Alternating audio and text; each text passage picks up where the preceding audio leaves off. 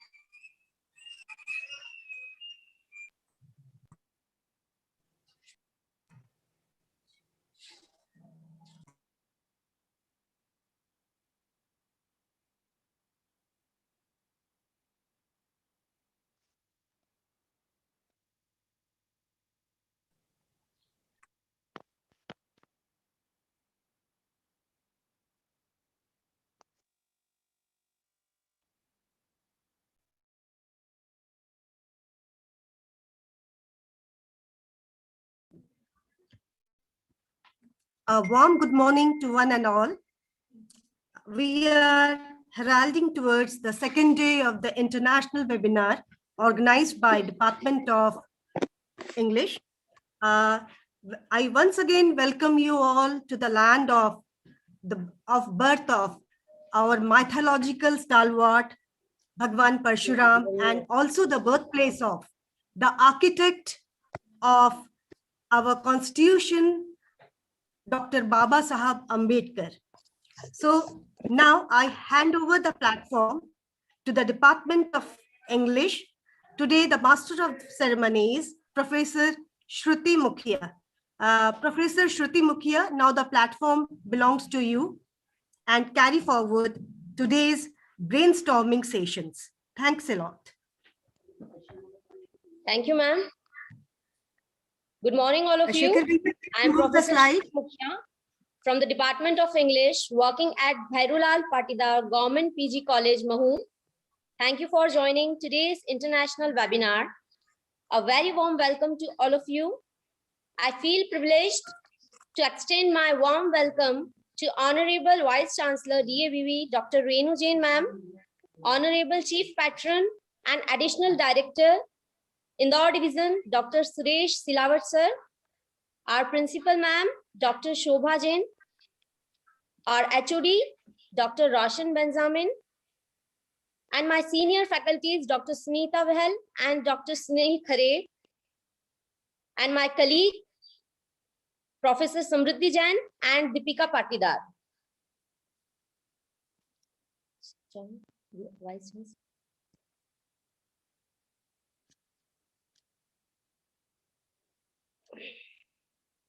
Our VC is busy somewhere. Whenever she joins, we will welcome her.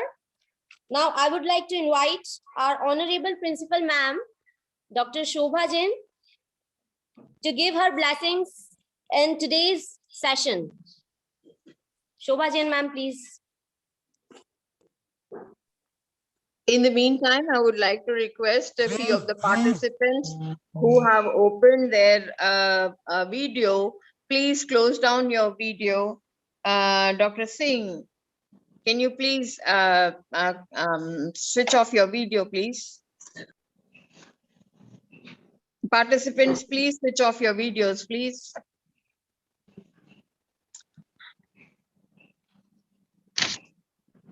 Sanjay Yadav sir and Dr. Prabhakar Singh. Once again, this is an humble request to all the participants to mute their audio as well as video to have a better experience. Thank you.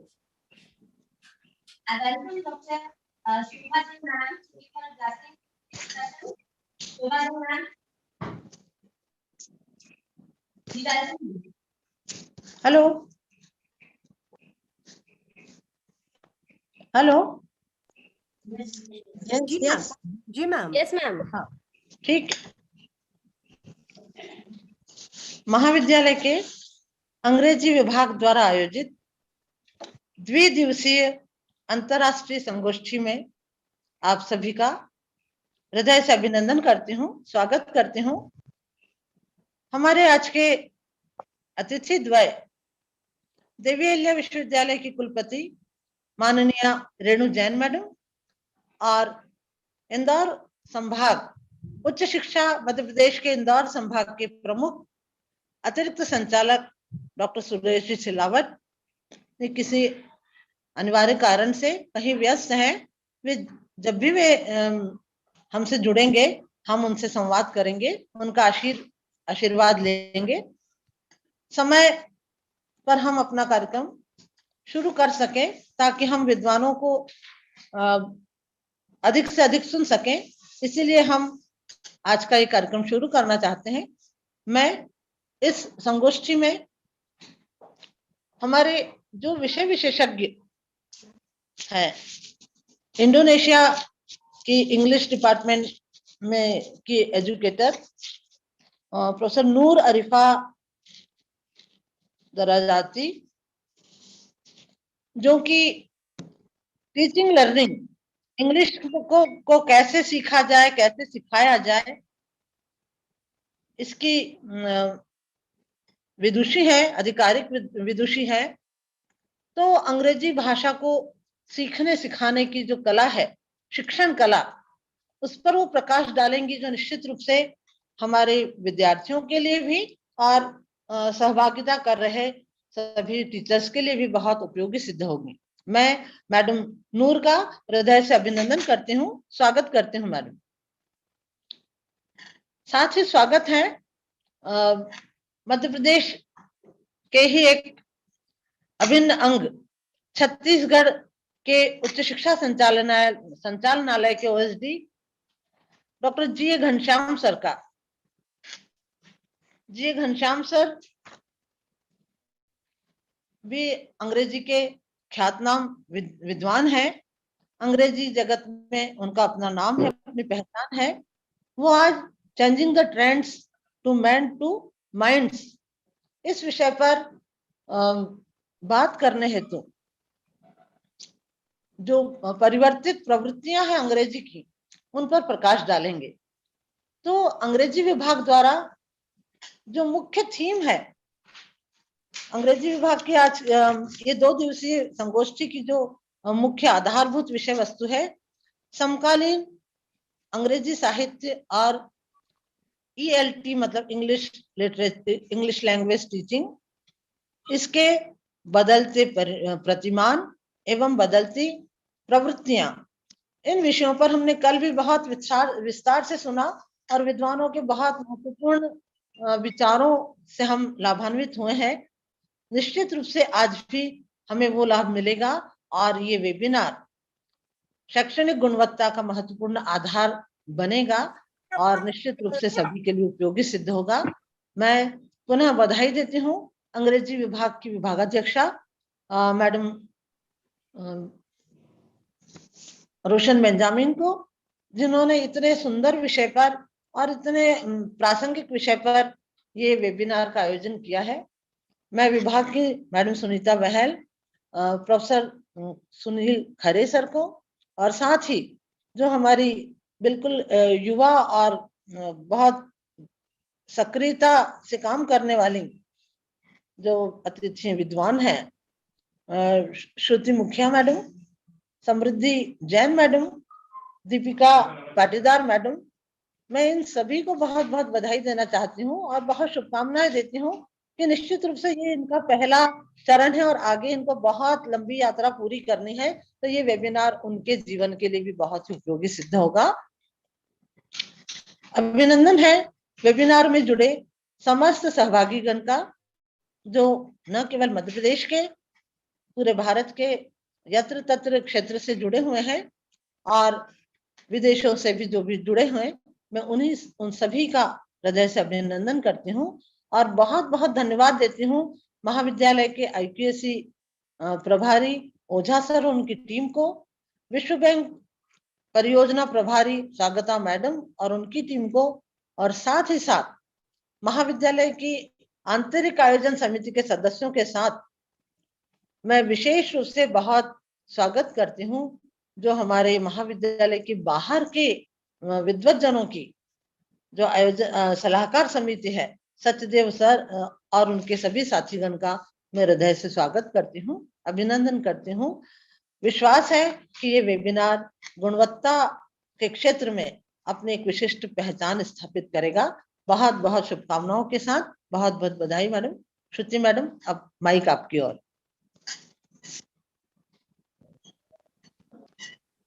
Thank you, ma'am. Now I would like to call our HOD, Dr. Roshan Benjamin, for the vote of thanks. Please, ma'am. Namaskar and a very good morning to all of you, especially our speaker, Professor Noor and Dr. Ghansham from Raipur and Professor Noor from Indonesia. We welcome you today to this second day of our deliberations. Yesterday, we had gone through what Heraclitus would say, that there is nothing permanent except the change. And this pre-Aristotelian Greek philosopher is very relevant today as change is coming. And we have to bend our minds, as Dr. Ghansham would be speaking on how to bend the mind in the later afternoon. And this change is the law of nature. And we see that there is a trend and a general tendency towards the direction of change. And when we find and when we look at literature and language, we show that these both are closely related. This close relationship is obvious because from all indications, literature presupposes language. It is inconceivable to discuss literature without reference to language.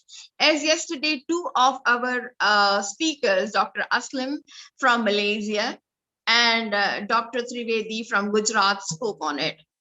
And they also said that the issues of the society, culture, politics, gender, etc. need to be oriented and explored with reference to the changing necessities of a society or culture. Moreover, the rise of new digital world has made the medium of imitation a complex phenomena, as the linguistic diversity have paved the way for a territory that coexists with the ever-increasing territory of a single global language, English language, which is in turn now coming up with its own adaptations and Englishes, as being remarked by Dr. Mithul Trivedi yesterday. And above all, I think change is and should be the goal of teaching. And the question that Aristophanes asked in Frogs still holds its validity today. And it said, "Pray tell me on what grounds a poet should claim admiration." I would like to take this opportunity to convey my heartfelt thanks to Honorable Vice Chancellor, Dr. Renu Jainji, and our own respected, esteemed AD Sahib, Dr. Suresh Tilawat, who graciously accepted our invitation, but due to their preoccupation, they are not able to come today and will be joining hopefully in the later sessions. I'm indebted to my own principal, Dr. Shobha Jain, and I would also like to welcome and thank all the participants, including our international community today, especially joining us from Indonesia.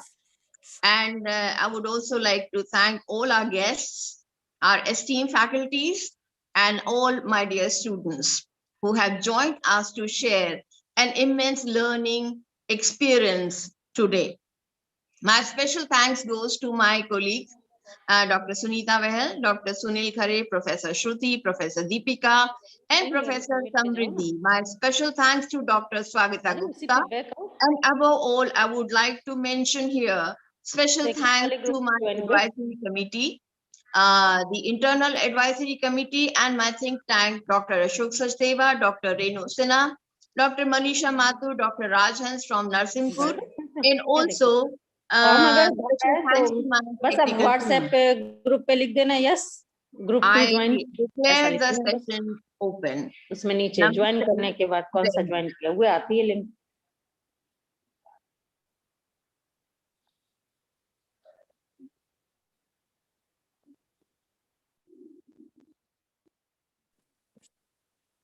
Thank you, ma'am. This international webinar includes the various perspectives currently dealing with the contemporary literature in English and the development in ELT. We are glad to have many literary figures and eminent speaker who will speak in today's session. In the first session, our chief guest, our chief speaker, Professor Noor Arifa Drajati, who will speak on preparing education with Tpac 21CL. Now, I would like to remind our participants that there is a typo error as far as it was printed as Tpac 2CL. Let me make the correction over here. It is Tpac 21CL.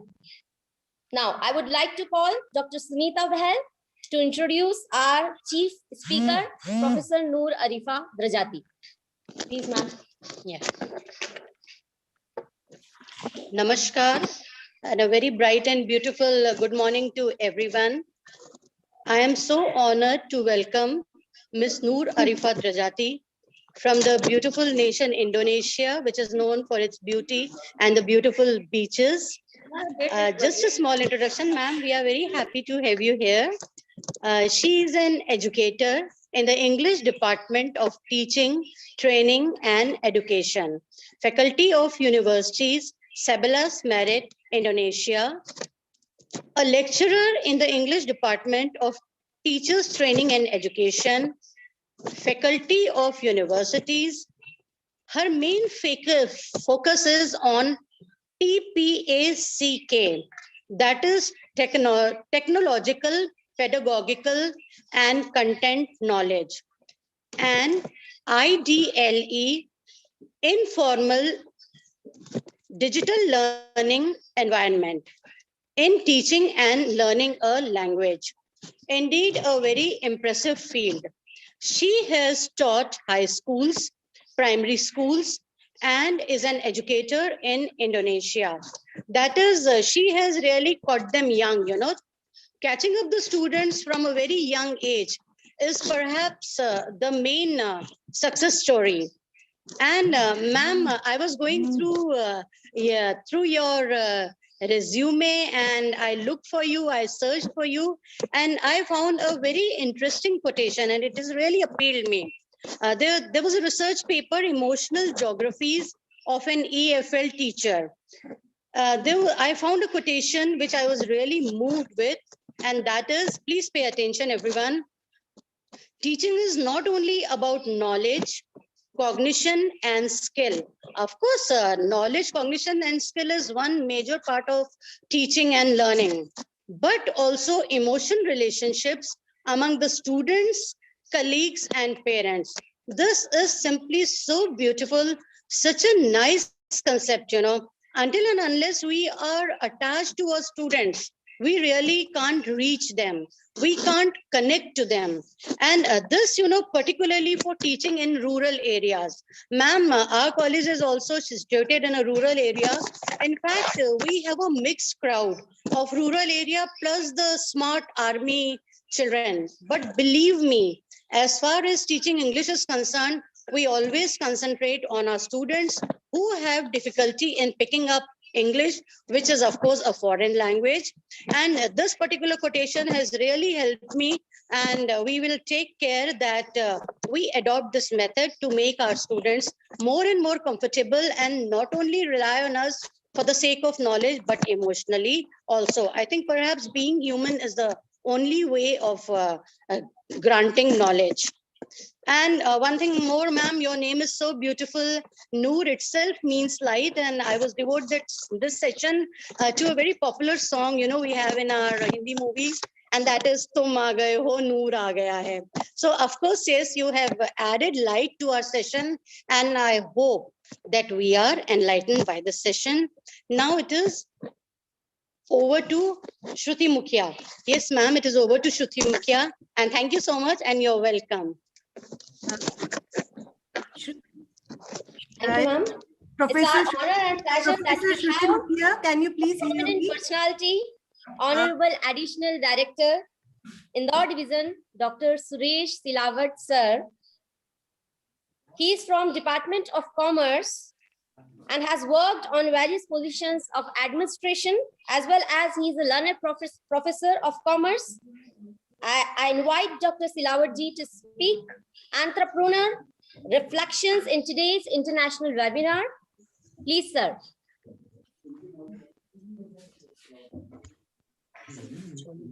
Hello. नमस्कार। नमस्कार। नमस्कार sir. आप सभी को Mau college को मेरी ओर से बहुत बहुत नमस्कार और शुभकामनाएं। भैरूलाल पाटीदार शासकीय स्नातकोत्तर महाविद्यालय मऊ द्वारा टॉपिक है contemporary and literature in English and LET changing paradigm and shifting text विषय पर 2 दिवसीय अंतर्राष्ट्रीय वेबिनार का आयोजन किया गया है, जिसमें द्वितीय दिवस के मुख्य वक्ता प्राध्यापक नूर अरीफा दराजाती, प्राध्यापक अंग्रेजी विभाग, मैरिड इंडोनेशिया, सेबेलाश विश्वविद्यालय, मैरिड इंडोनेशिया एवं मुख्य वक्ता GA घनश्याम, प्राध्यापक अंग्रेजी विभाग एवं OSD उच्च शिक्षा संचालनालय रायपुर छत्तीसगढ़। इनका मैं हार्दिक स्वागत और अभिनंदन करता हूं। शासकीय भैरूलाल पाटीदार स्नातकोत्तर महाविद्यालय परिवार द्वारा शोभा जैन आयोजन समिति के समस्त सदस्य वेबिनार के आयोजन के लिए बधाई देता हूं। इस कार्यक्रम हेतु डॉक्टर रोशन बेंजामिन, आदरणीय सुनीता बहल एवं डॉक्टर सुनील खरे एवं मुन्नालाल उपाध्याय, संजय सोनी और अनिता बातम को इस कार्यक्रम के सफल आयोजन हेतु बधाई देता हूं। डॉक्टर शोभा जैन और स्वाता गुप्ता को भी बहुत बहुत शुभकामनाएं। धन्यवाद। जय हिंद। बहुत बहुत धन्यवाद सिलावत सर जी। आदरणीय सर, आप पधारे इस ओकेजन पर, इसके लिए हम बहुत बहुत आपके हार्दिक आभारी हैं। सर आप बहुत बिजी हैं।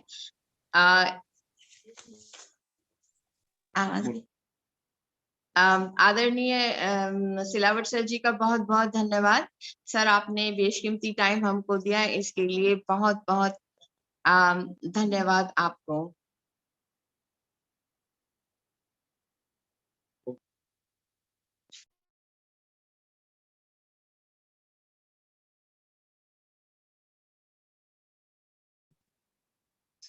Now I would like to invite Dr. Noor Arifa Darjati to take over the session. Madam, you're welcome, and please, you can begin your deliberation. Thank you so much for being here. Yeah. Okay, thank you, Dr. Roshan, and good afternoon for everybody. Yeah, thank you very much for the invitations, and hopefully that my sharing, we will discuss about this kind of competence with you all. Okay, my name is Nur Arifah Derajati. I come from Indonesia. I'm now teaching in Universitas 11 Maret. So hopefully that we can continue this collaboration. It is not only today, but also in the future. Okay, so let me share excuse me. Let me share my PowerPoint.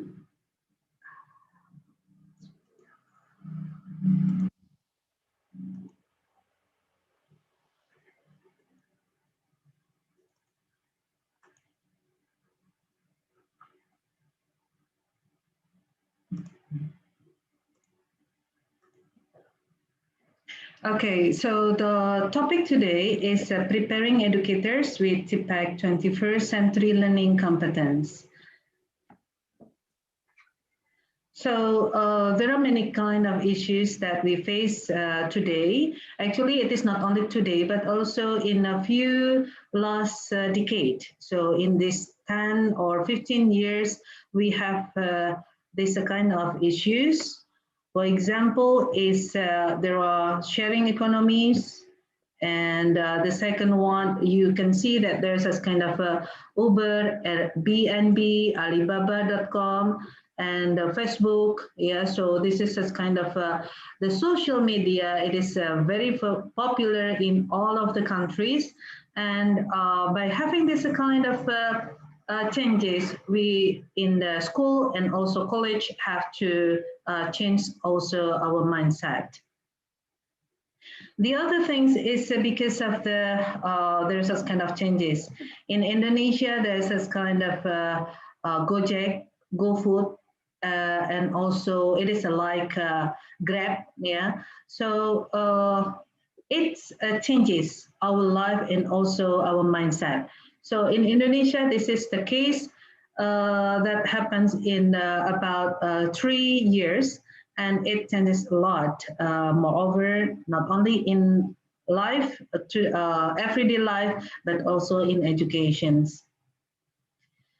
And we can see that there's this kind of a digital disruptions has already happened.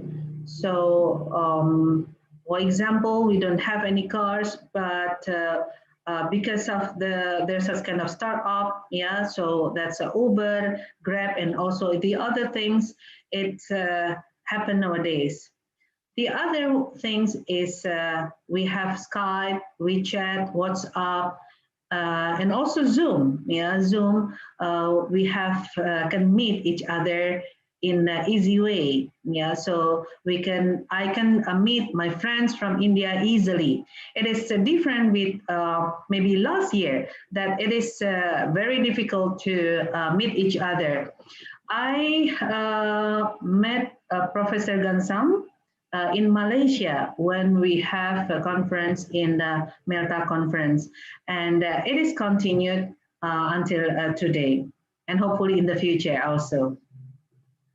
Yeah, so it is not only in the economy, but also in the fintech. There are such kind of online banking, and it is happening today.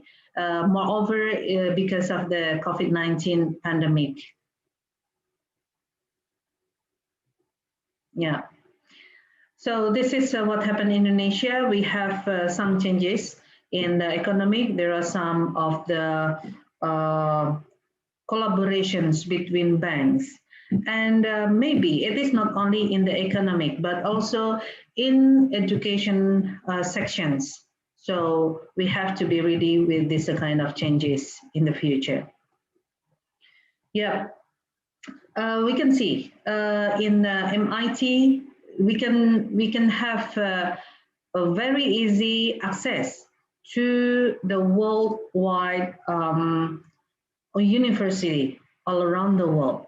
We can join or participate in the classrooms in USA. We also can join in the UK or maybe in India, maybe in the future. So it is very possible that we have to have this kind of very and a lot of changes near future. So this is another things from the academic ones until from the daily activities that we can find the course online. Yeah.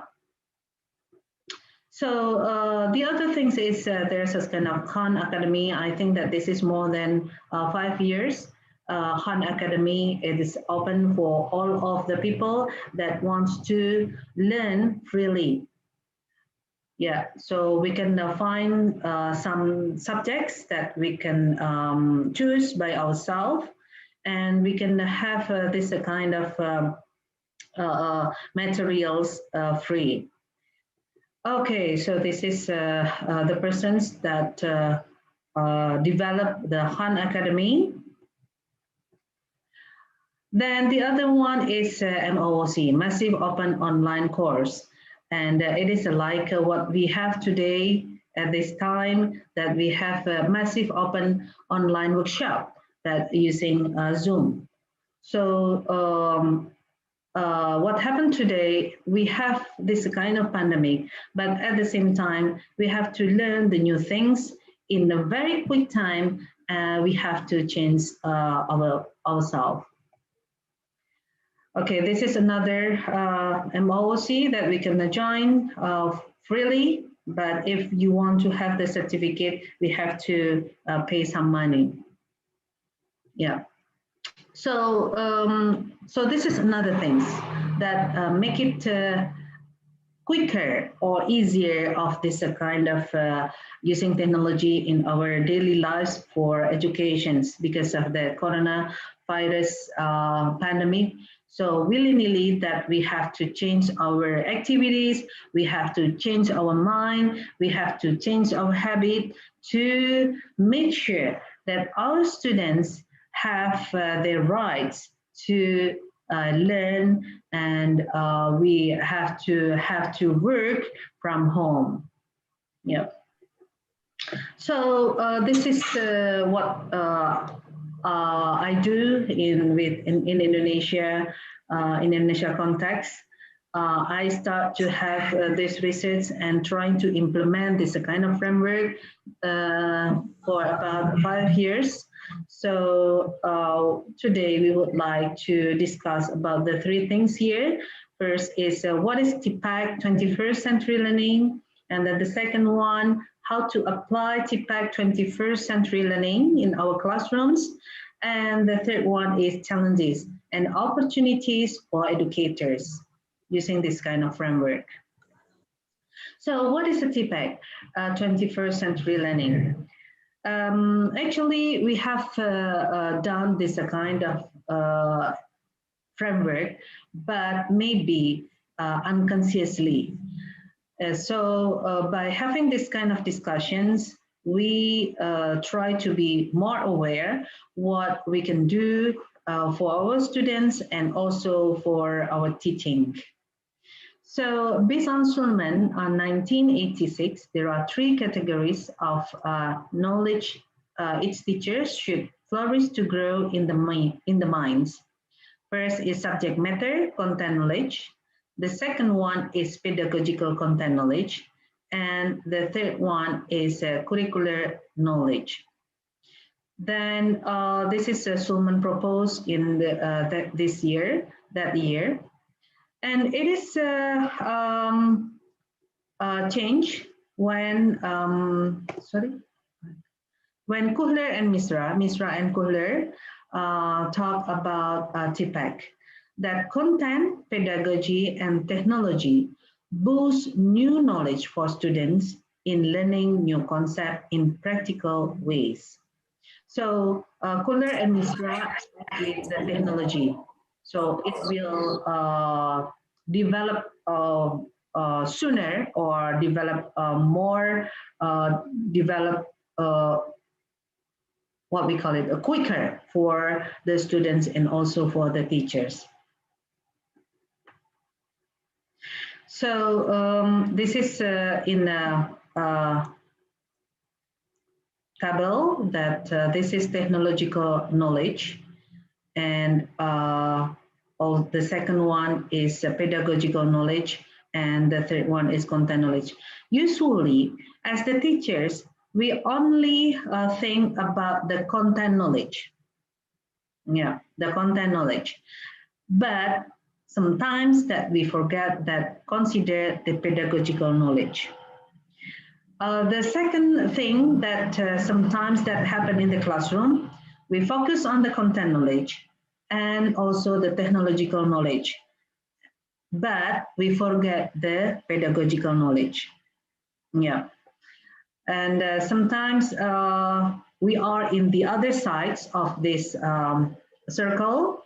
We focus on pedagogical knowledge and technological knowledge, and we forget about the content that we can facilitate the students to learn better. So by having this kind of Tpac framework, we have to think about the three circles here. And we have to think and consider with more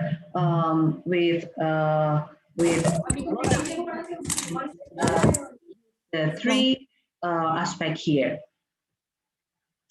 In another chart, this is like this. So the content is what the teachers know, but I think that this will be redefining soon, because it is not only what the teachers know, but also what the students know also. So between teachers and the students, we can share our knowledge and our experience together. The second one is how they teach. So this is the pedagogical aspects. And the third one is how technology is used. Talking about the technology used, it is not only how many applications that we can use, but what the applications that we can use to boost our students' knowledge and also learning experience. So by having this kind of three aspects, the students and also the teachers can optimize the teaching process, and this will give impact for our students. And the second one, this is talking about the 21st century student outcomes, that this is related to the 21st century learning. Yeah, so we have to consider about this, about the life and career skills of our students. And then the second one is learning and innovation skills. This is related to the critical thinking, communications, collaborations, and creativity. The third one is information, media, and technology skill. So this a kind of 21st century learning, it is very complicated. But as the teachers and also the teachers educators, we have to prepare our educators to be ready with 21st century learning. So this is what what Joyce Koh proposed as the Tpac 21st century learning. Tasks should be meaningful when the students have intentional. So intentional means that the students really want to learn about that matter. Yeah, but of course, this is facilitated by the teacher. Then the second one is active. So make sure that all the students are active. Active here is active learning. So the students, for example, trying to find some information by themselves, and also active to have a such kind of what the things that they want to learn. Yeah. The third one is contract.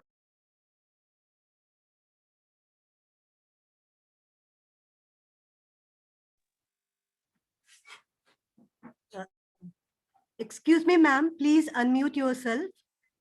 You have been muted. Oh, I see. Okay, thank you. Thank you. Thank you, ma'am. Yeah, thank you. Then, I repeat once more. First, intentional. Intentional is the students really wants to learn.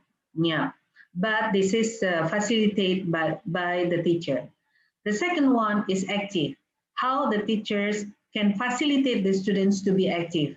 It is not only just giving the materials for the students. You have to learn this, you have to learn this, without consider about the students' participations. The third one is constructive. Constructive means that there's a kind of how to have better understanding from students' perspective. For example, is she doesn't know everything, but after having this kind of activities, the learning activities, the teaching activities, then the students have a better understanding. The fourth one is cooperative. So we have to make sure that educators or teachers give a room for the students to have collaborations, to work together, to create something and to have some kind of innovations. Yeah. And the last one is authentic learning. So authentic learning is we can find from our environment that that maybe, for example, need such kind of solutions or innovations or such kind of a creativity that have giving a new insight for the teachers and the students. Okay, then the second one is how to apply Tpac 21st century learning. First of all, that talking about the technological knowledge. So what happens in Indonesia is we are still lack of technological knowledge. It is because of the pandemic. It is because of the pandemic, and then the teachers forced to teach with technology tools. So the teachers learn faster how to use applications. This is around more than 1 year. Yeah, it is around 1 year that we have this pandemic, and teacher professional development in Indonesia is growing better. Yeah, by having such kind of a massive online workshop, massive online teacher professional development. Yeah. So the technological knowledge, it is how to use the technology tools. For example, how to use Zoom. Yeah. And then how to use Kahoot, yeah, for motivate our students and also to have the gamifications learning. And the second one is select, use and integrate into the curriculum. So it is deeper than it is not only just how to use the technology tools, but also we have to select that this is suitable for our teaching. This is suitable, this is easy for our students to access. And the third one, is it suitable to integrate into the curriculum? And the last one is giving the new insight for students in learning. So there are thousands of applications, but it doesn't need for teachers and also the students to use this kind of applications for all of the time. Sometimes many tools, it is not make easier for the students to learn, but it gives another confusion. So we have to be careful in choosing the applications or the tools for learning. This is just example. So this is the technological knowledge. So how to use the Microsoft Teams. This is LMS. Yep. And how to make use of this kind of tools into our classrooms. Then this is the applications. Not all of the applications that we have to use, but we can choose only one or two that's suitable for the learning process. I think that all of us know about the PowerPoint. So this is not only for having presentation, for example, but we can use this kind of tools for creating digital stories. So we can find some pictures around us, then we can create and collaborate in the classroom, how to create a digital storytelling with the use of this kind of PowerPoint. So it is easy, and also it is familiar with our students and teachers. Okay, next is, so we can use this kind of tools because we can put the voice and also pictures, and also we can put some points related to the digital storytelling. Okay, this is another another applications that we can use, for example, YouTube, yeah, using forms, and then polling, yeah, and also the other application that we can use. There's another things, yeah, this is related to the gamifications. This is happened in South Korea. So maybe some of us would like to know more about gamifications. This is related to the Minecraft. So it is another challenge and opportunities for teachers and also for the students to make use this kind of applications. And the other one is the Google Expeditions. So this is another things, but sometimes it needs more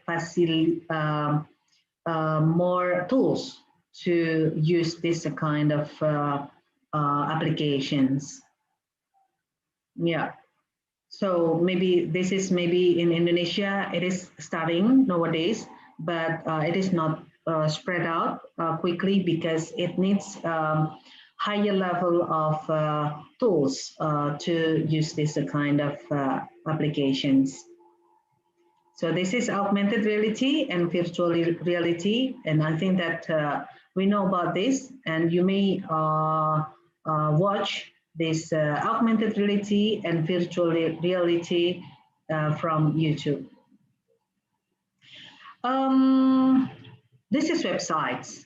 And in Indonesia context, we are still struggling with this kind of competence. How to find such kind of, how to find the reputable informations for learning. So it is another homework for the teachers, for Indonesian teachers and maybe in India, to find trust sources for our students to learn better, because it is not easy to find the good or suitable resources for students to learn better. So as the teachers, though this is the simple things, but this is still a homework for all of us. Okay, then talking about the pedagogical knowledge. So the pedagogical knowledge, it is from lesson plan to evaluations. This is another things that could be another big homework for all of us.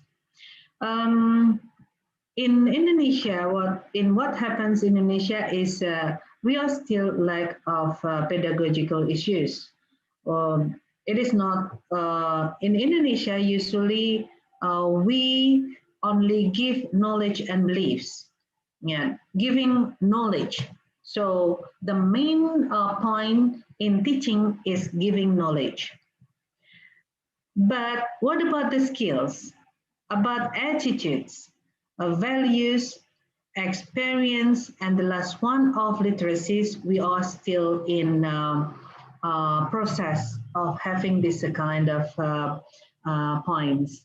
So as the teachers, sometimes it is very difficult how to cook this kind of pedagogy into the use of this kind of design instructional in the real classrooms. So just giving the knowledge is enough. But for the students, actually, it is not enough if we think about the 21st century learning needs. Yeah, so this is actually what we have to give to our students. It is not only knowledge, but also skills, attitudes, values, experience, and the last one is literacies. So hopefully by having this comprehensive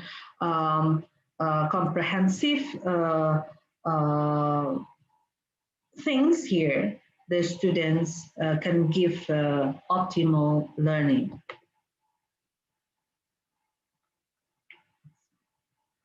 Okay, so this is the conceptual design instructional.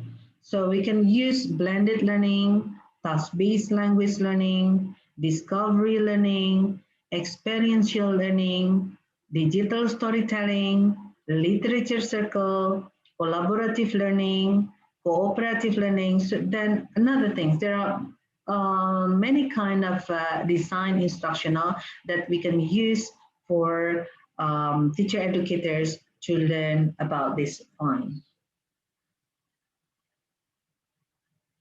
Okay, so this is talking about problem-based learning. I think that everyone have a problem, but what kind of problem that can be solved by the students, that's depend on the level of the students, and also what happens that really need to solve the problem. Yeah, for example, nowadays talking about the COVID problem-based problem. Yeah, so in Indonesia, for example, how to solve to make sure that everyone is aware with the COVID-19.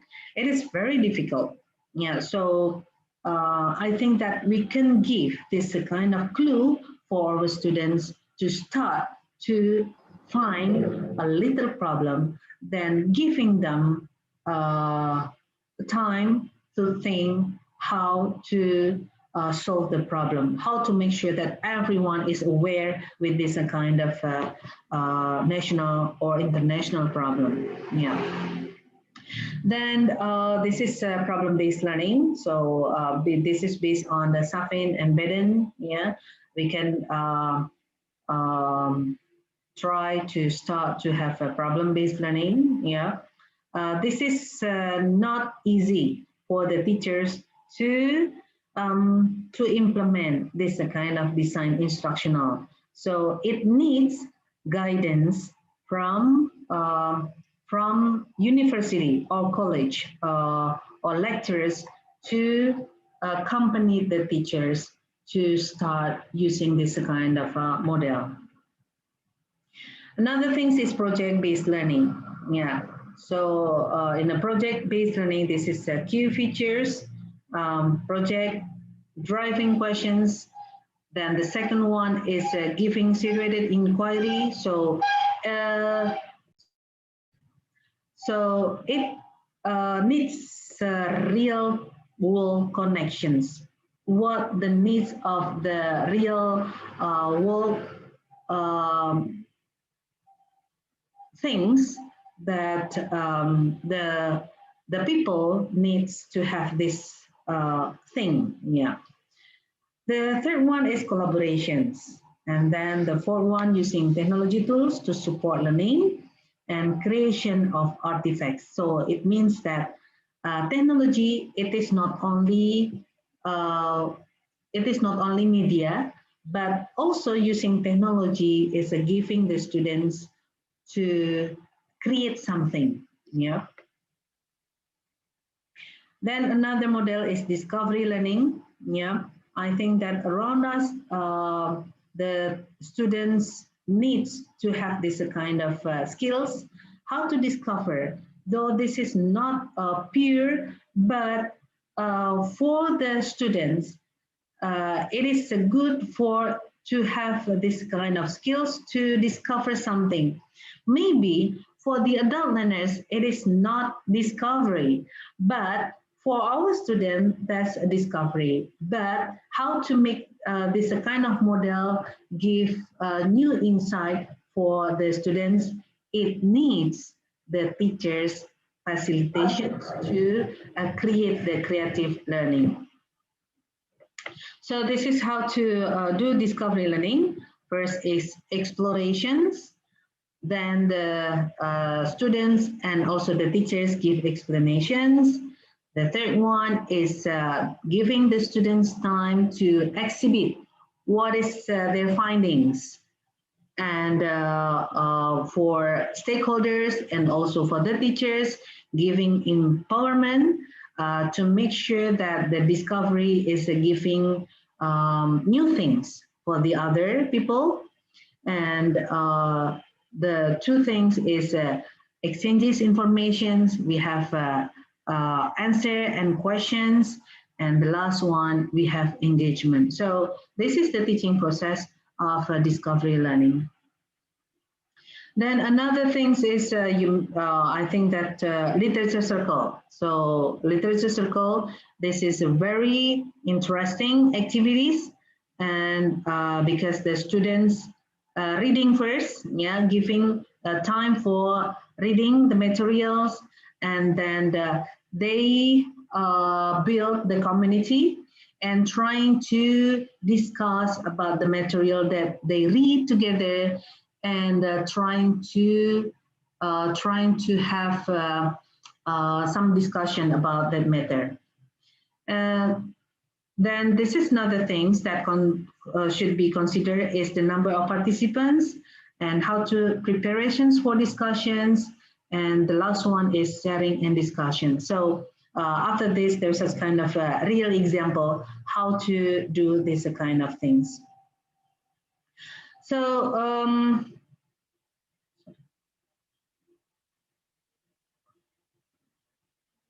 okay, so this is another one is digital storytelling. Yeah, digital storytelling, we can use this kind of model starting from kindergarten until adult learners. So we can have this kind of model for make sure that the students are active, creative, and then having such kind of a good communication each other, and they can have such kind of innovations to share about.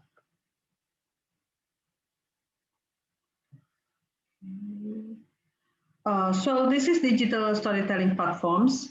We can use this kind of applications or using Platoon, Canva, Open Broadcaster software, Photo Story Maker, or another things is Book Creator, and we can use PowerPoint also to start this kind of digital storytelling.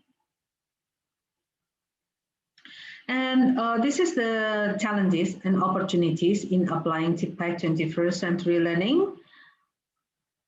So this is what I have experienced with my teaching. So the students, this is a book of poem. So this is a project-based learning. So every students read their poems, their stories, and after that they discuss together. And after that, they have discussed to have such kind of innovations. From that kind of stories, then the students create their own poem.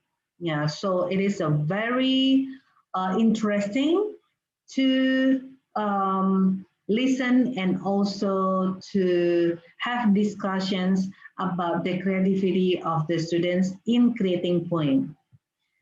Another thing is this is project based learning also, the ideas of teaching and learning English in Indonesia. So the students here is trying to digging up what's the problems in Indonesia educations, and giving them the time for giving solutions, how to solve this kind of problem by reading reputable journals. So though this is a simple things, but it needs a lot of activities. This is another project that I did last year. Yeah, so this is multimodal artifacts created by the students. So the students create the stories that they want to digging up around the environment.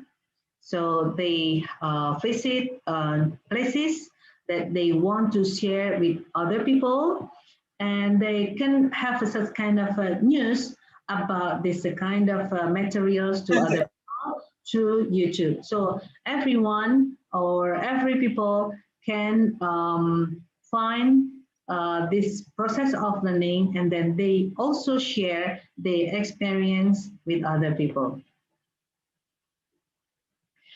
This is another example. So this is in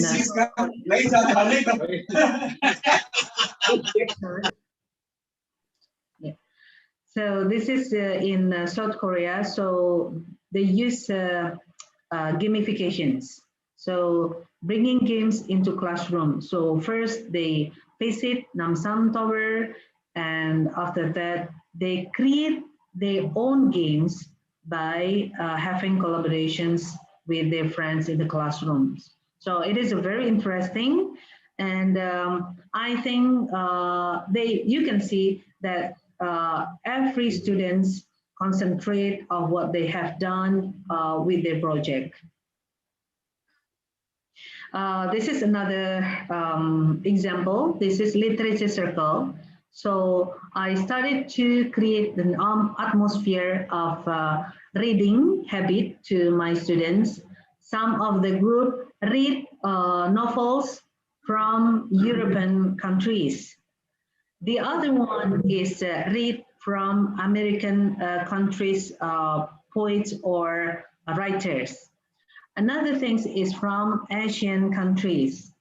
So they can share their experience in reading the novels, and they share what they read with the other people. So by having this kind of experience, the students also learn how the other students experience in reading such kind of novels, and they got a lot of knowledge about this method. So this is another thing. So this is example of the poem that they create. Yeah, a good lie. Yeah. So this is actually created by the students herself. Yeah, so the students read a lot of poems, but after that they can create by themselves how to modify the poems, and they can create another poem by herself. So this is another things, the activities. Yeah, this is based on the intentional, based on their creativity, based on the collaborations. Yeah, the collaborations between students and also the teachers in creating these activities. So then this is another project of mine that the students create books. You can see that this is Indonesian's materials. Yeah, Indonesian materials. Batik. This is talking about batik. About tumpeng. It's Indonesian food. About Roro Jonggrang. Roro Jonggrang is one of the big temple in Indonesia. So this is a good project for the students, because the students having intentional to dig up about the matter. The second one is collaboration. The third one is using technology. The fourth one is constructive. So it needs a process to make the stories in constructive way, so in a better way. Yeah. And until the students learn how to sell the stories into the other people. Yeah. Okay, so this is another project, and this is very interesting because this is my classroom. This is related to the ICC, and I think that I have already shared with some of the scholars from India. This is ICC, Intercultural Communicative Competence. So the student use social media to start to have friends from other countries. We know in Indonesia, in my region, they don't have any friends from other countries. So sometimes it is difficult to make them to communicate in English, because they just use English in their classrooms, not outside of the classrooms. So by having this kind of activities, the students have friends from India, from Turkey, from Australia, from Palestine, yeah, and also from the other countries. So they have rich informations about cultures all around the world. After that, they discuss and also share their experience, how to communicate with other people all around the world. So by having this, they have a new habit, they have new experience, they have new literacies about what happens all around the world. Okay, so the students use this kind of tools to communicate with other people. They communicate with Omegle, using YouTube, using Interpulse, and other tools to communicate with other people. Okay, so this is experience. So this is the students' reflections. I have good experience in communicating with friends from abroad. I have friends from India, Turkey, France, South Korea, Malaysia, Spain, and Lebanon. At first, I felt a little awkward to talk with them, but as time went by, I was comfortable and not confused anymore to look for conversations topic with them. Among the friends that I get, I prefer my friends from India because he is more open to talk about his culture, and usually he is often looking for discussion topics. Oh yeah, and one of the most memorable experience for me is my friend from Turkey.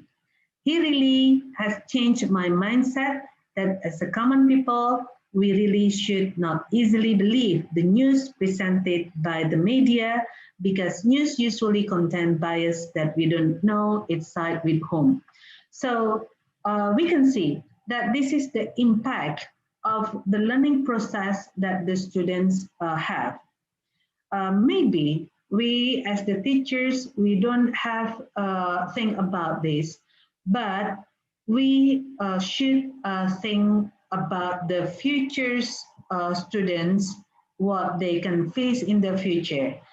And hopefully by having this kind of experience, they have a new insight for in the future.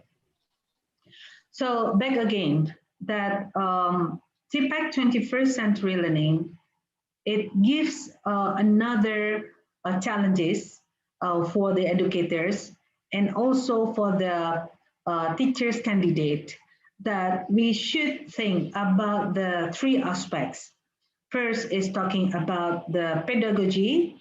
The second one is about content, and also consider about the right technology that we can use in the classroom and outside of the classroom to make sure that our students have good knowledge, good skills, good attitudes, good values, good experiences, and literacies, that hopefully by having this kind of things, the students can live better and in the better condition and situation. And the last one that I want to talk is we should think about how to get the meaningful learning with technology, that learning, it is not only just reproductions. It is not only just reception. It is not only just repetitions, and it is not competitions, and it is not prescriptions. So we can create ourselves with the use of the technology, but also we don't forget about the pedagogy, because the pedagogy is the most important one from the three aspects that we talk in Tpac 21st century learning. I think that we can continue to have a discussions after this. Thank you very much. And hopefully that it gives another insightful for all of us. Thank you. Yeah. Okay, I think that we can have discussions. Thank you, ma'am. Now the session is open for queries. If anybody is having any query, they can ask.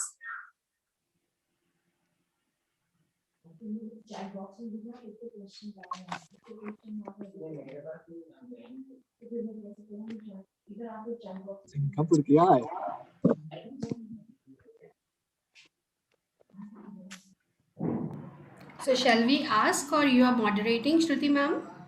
Yeah. Okay. Yeah. Of course, I will send the materials, and also there's a kind of email that you may have discussions after this. And hopefully that it is not only just having this kind of sessions. Maybe some of us would like to have a collaborations after this. So, Dr. Noor, there is a question for you. Yeah, sure. The question is, what do you understand by telling a digital story? Okay. Can you please reflect on that? Okay, thank you. So digital storytelling, it is how the students create stories. Yeah, based on this is not pure their own stories, but they can modify the previous stories and make it based on their own context. Yeah, for example Cinderella. What about in India, for example? What is there any Cinderella in India context? So we try to make sure that this is original but contextual, but it is not only just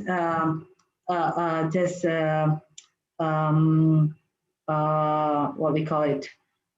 It is giving a new experience for the students to create Cinderella that related to India's life, for example. Yeah, so that's the digital storytelling.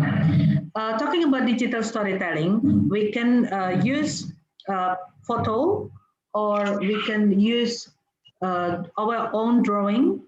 The other things is we can use applications. For example, is Tonely, for example, or another things is we can use ebook creator. Yeah, so we can use many kind of tools that can be used for creating digital storytelling. Yeah. Thank you, ma'am. Thank you, Dr. Noor. I have another question coming from Abhijit Ingle, and he asked that how to make English grammar a part of literature. English grammar, sorry. How to make English grammar a part of literature. Okay. Yeah, maybe we can use a model for using literacy circle. So everyone maybe have such kind of experience in reading some books or some novels. Then in novels or some paragraphs related to the grammar, we can give the students a time to explore themselves first. And after that, they can create their own sentence using maybe using such kind of tools, for example, Canva, for example, to create a poster.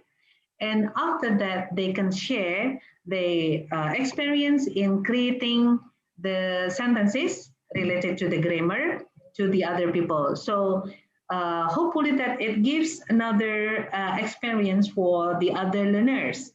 Yeah, so it is not only just this is the sentences, and then we learn what is the sentences means.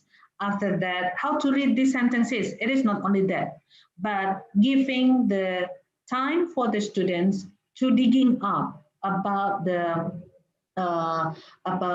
grammar in deep, but in contextual related to what happens today. So the students have such kind of link of the mind link also. This is very important for me to learn about this grammar. So hopefully that it helps more and having such kind of deep understanding how to use the grammar into our daily lives.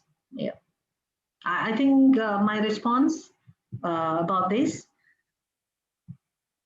Yes, Dr. Noor.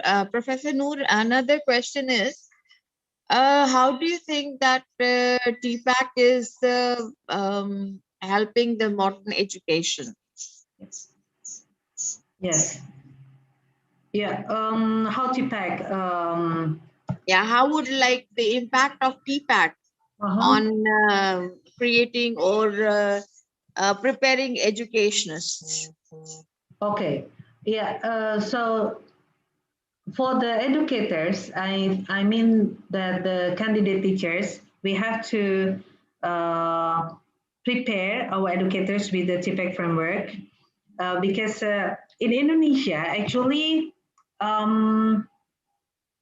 in my university, this is the first year that we prepare the Tpac framework for all of the teachers candidate because it is very crucial for the teachers. It is not only just the use the technology tools, but also think and also select and integrate into the curriculum. It is more difficult then it is only just use the technology.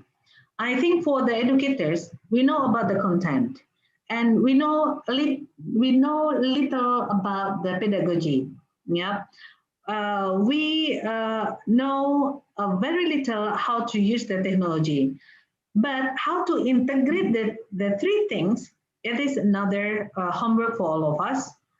So it needs knowledge and also new habit, how to integrate the three things into one point that we can give for our students to facilitate the students to learn better. Yeah, to learn better because based on my experience, the students are good in technology, but not good in pedagogy. So we can collaborate this.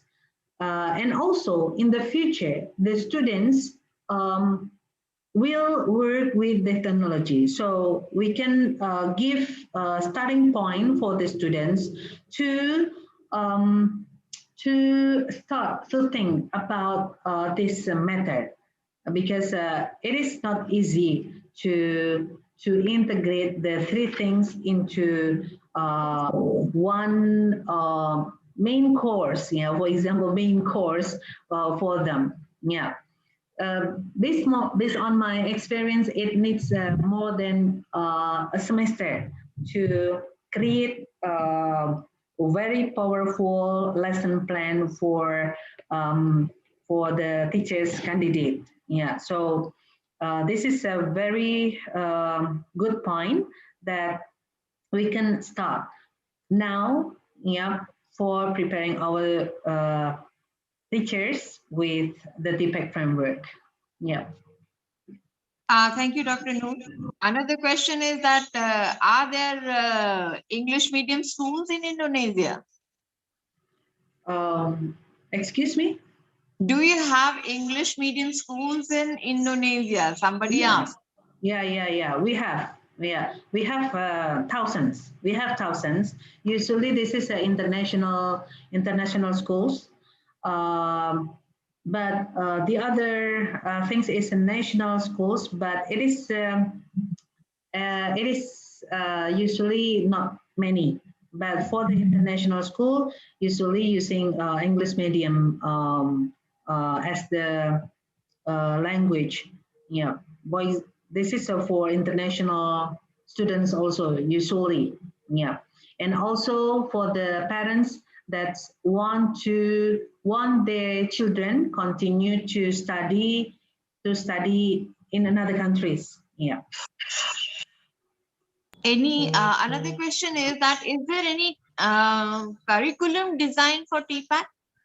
Is there any curriculum or syllabus that we have as far as Tpac framework is concerned? We have STEM also. Yeah, we are still in growing countries that's starting to develop syllabus with the Tpac framework. Actually, before COVID-19 pandemic, Tpac is not familiar with the teachers, but after and nowadays is still in happening now. Tpac framework is more popular, yeah, because willy-nilly the teachers learn new tools for their teaching, and this is a good news. Yeah, this is a good news and a good point in this year. Just giving you descriptions. Before pandemic, the teachers actually have a lot of workshop that related to the use of the technology in the classrooms from the government, but it doesn't work at all. It doesn't work at all. Yeah.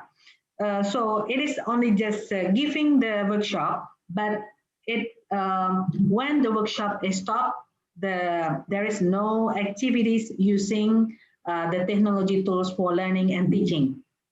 After or happening now, having pandemic, the teachers use the technology tools for make sure that it is giving the students materials, and also how to have evaluations for the students until they also graduation day using online platform. So because of the pandemic, and we will see whether after pandemic what the teachers will do. Are they still using the technology or not, or just stop after the pandemic? So I think that we are still waiting for what happens after this. Yeah. Another question is activity-based English teaching more effective? That has come from Sheila Raval. I think that talking about the effective or not is still in progress, because that's depend on the lesson plan also. But using the Tpac framework, I think that as the teachers, we think about creating the 21st century learning environment, atmosphere, a new atmosphere for the students. Some of the students are not well accepted of using this kind of framework, because usually in Indonesia, we just give the material, and then the students only just doing some examinations, doing some exercises, not some, but a lot of exercises,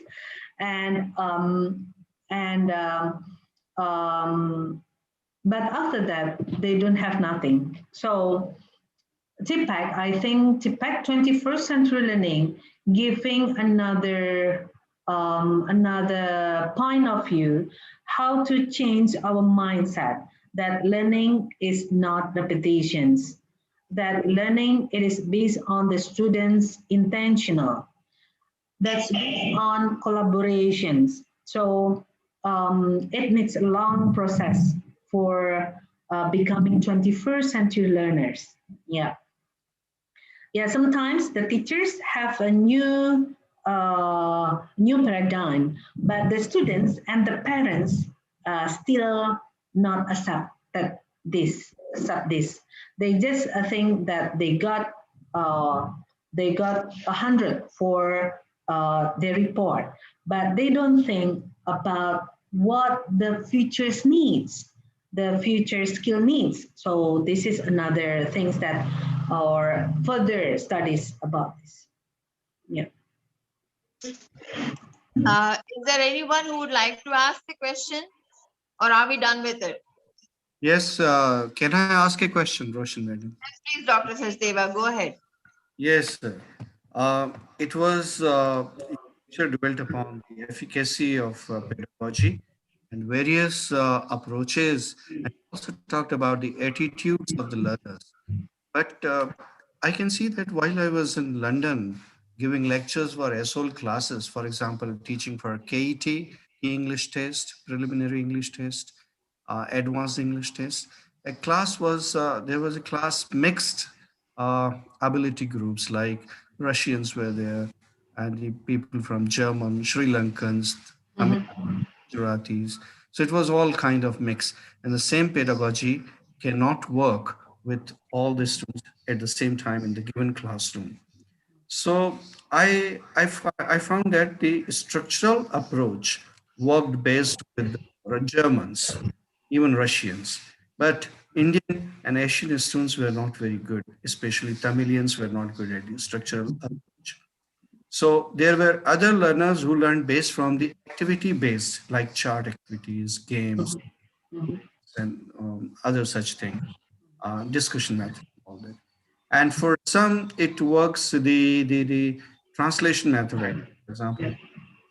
So in terms of the technology, pedagogy, and the new novel sort of thing, how can we accommodate all the students at the same time, catering to the needs of all the students if they are placed in the same group, in the same classroom? Thank you so much. Okay, thank you, Dr. Asha. Yeah, sometimes it is needs a hard work from the teachers. Just a second, Dr. Noor. I'm barging in. Sorry for the interruption. Dr. Abha Nivaskar, can you please, mute your video, please? Thank you. Yeah. Okay, I will continue. So, as the teacher, sometimes it is in dilemma. Yeah, so we have to think about each of the students' need. For the students are happy doing the games and also doing with the collaborations, but the other one is would like to do by themselves individually. Yeah, that's why in the pedagogy it is I think it is more difficult. Yeah, it is more difficult just using the technology and also just delivering the materials. In the pedagogy, this is the most important thing. That's why in the Tpac framework, we have to make sure that educators are strengthening the pedagogy aspect. Yeah, so after the pedagogy, then the teachers or the educators would like to know more how to use the technology better. Yeah, this is based on my experience. Yeah, for the teachers that having good at the pedagogy, they will be good in using technology. But for the teachers that use the technology better than pedagogy, that is not a good educators. Yeah, it is. That's my experience, Dr. Asha. Yeah. So it is more difficult. Thank you so much. Thank you so much. Yeah, I think that there's kind of a questions. Anybody have any questions for Dr. Noor? Yeah. How much technology-based language learning was being used in Indonesia before the pandemic? Yeah, I think that I have already explained. Before the pandemic, the teachers not use, or it's only just maybe 10% using the technology. Yeah, because they think that technology is not important. Yeah, and most of the schools, 99% of the schools doesn't permit the students to use mobile phones to bring into the classroom. So this is a very different with today. Yeah, so everyone should use mobile phones for learning. So that's a very different with before pandemic. Yeah, but we don't know after the pandemic because some teachers would like to still think that mobile phones giving some disturbance for the students. Yeah, that's why I think that as the teachers, we have to make sure that we can facilitate our students better. Yeah, how they make use of this kind of tools for learning. Yeah, for learning. It is not only just doing the intention for learning, but how facilitate the students to make use of the tools in the right way. Yeah. Mhm. Thank you, Dr. Noor. Yes, Dr. Jagdish. Yeah, thank you.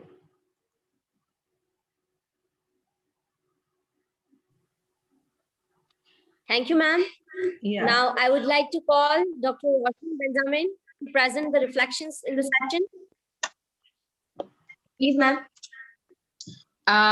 Thank you, Professor Noor Arifa, for such an enlightening, in-depth information on how Tpac 21 is being used now. I think I would just like to summarize whatever you have said so far. And I think your main focus was on that with the rapid development in the information technology and the need to inquire and acquire 21st century skills, global trends in the higher education are shifting towards using digital pedagogies. In the light of this, technological pedagogical content knowledge, that is Tpac framework, has come up to integrate the technology with teaching.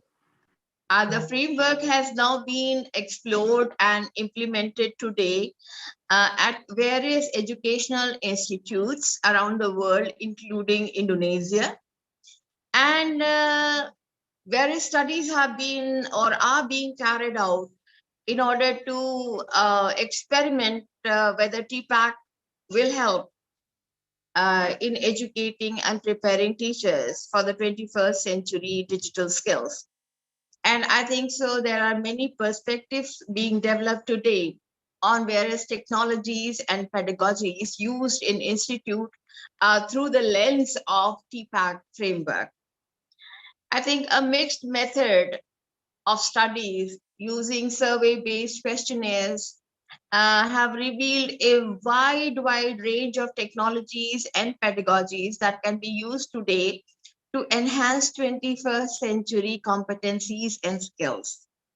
The Tpac framework, as you mentioned, provides a useful tool to gauge the learning environment today and display a complex interaction between technology, pedagogy, and content knowledge specific to the learning environment.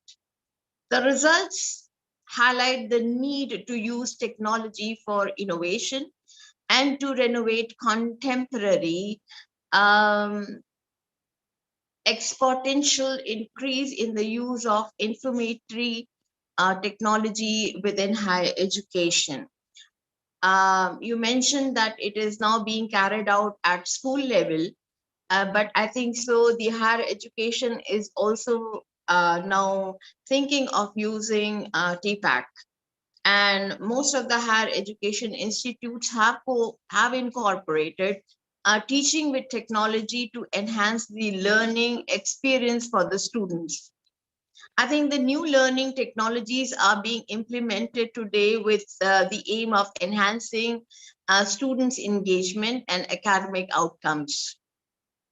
And I think so with the development in information technology, current trends in higher education, we are embracing a wide range of technologies, which include many forums and formats, and they are not only limited to discussion forums, stimulation, virtual realities, webinar, 5P spaces, Kahoot, and MOOC, as you mentioned in your lecture.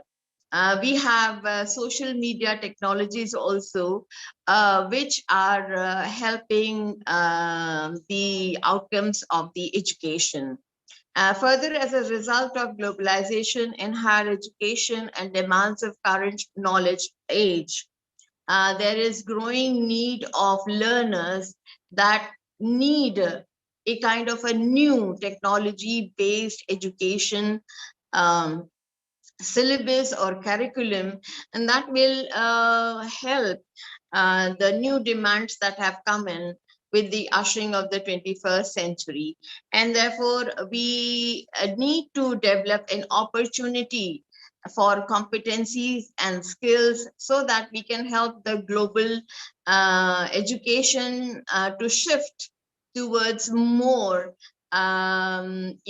different experimentation and interaction among the three major components that you have mentioned: content, pedagogy, and technology. I would like to thank you so much, Professor Noor, for allowing us to understand Tpac, as it is helping most of the educators to give a new syllabus of learning to the learners today, whereas experimentations that are being carried out in the various classes in different countries, as Dr. Ashok Sachdeva mentioned, that he had a mixed and matched class in London.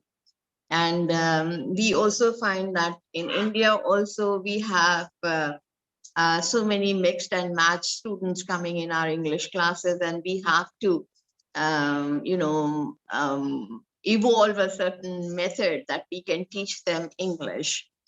So thank you so much for your very in-depth analysis of Tpac. Thank you. May I talk a little? Yes, please. Yes, please. Yeah. Yes. Thank you very much for the chance for sharing the experience about Tpac framework with you all. And we invite you to have a collaborations after this. It is not only just in the workshop, but also we can continue into the real collaborations, maybe between classrooms, between Indonesia and India, and hopefully that my students have new friends from India, and your students also can have friends from Indonesia also. So hopefully that this is a good start for all of us to have a collaborations and preparing our students becoming 21st century learners. Thank you. Thank you, ma'am. Yeah. Now I would like to extend my heartfelt thanks to our Chief International Speaker, Professor Noor Drajati, who took time off from her busy schedule to give an insight to all the attending guests, faculties, and students on the changing that is taking over in the teaching of English in the present scenario. Thank you, Professor Noor, for the wonderful, enlightening lecture on the topic preparing education with Tpac 21CL. Thank you, ma'am. Thank you very much. We will be resuming back the session with Dr. G.A. Ghanshyam at 2 o'clock. We'll be joining all of you back again at 1:45. Thank you so much, Dr. Noor.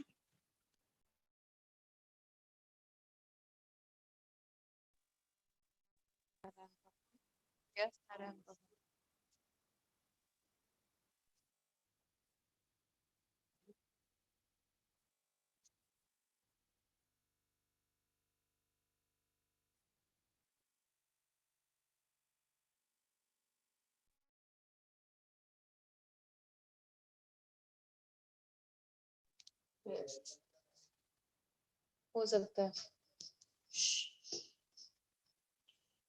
बंद है मेरा phone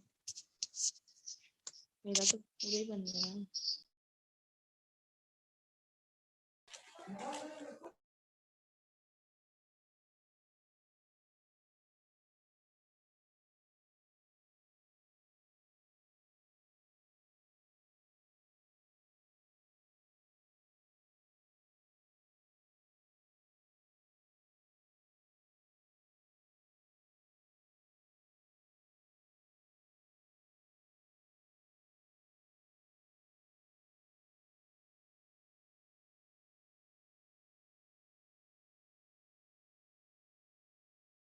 ये screen ऐसी रहेगी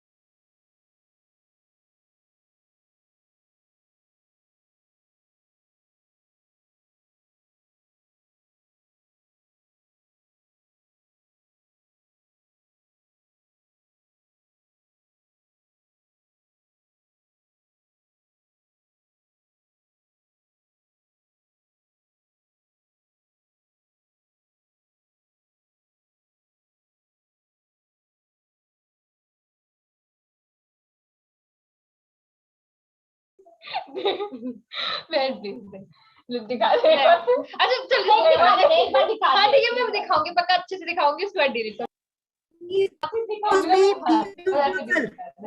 Hello, hello, mute yourself.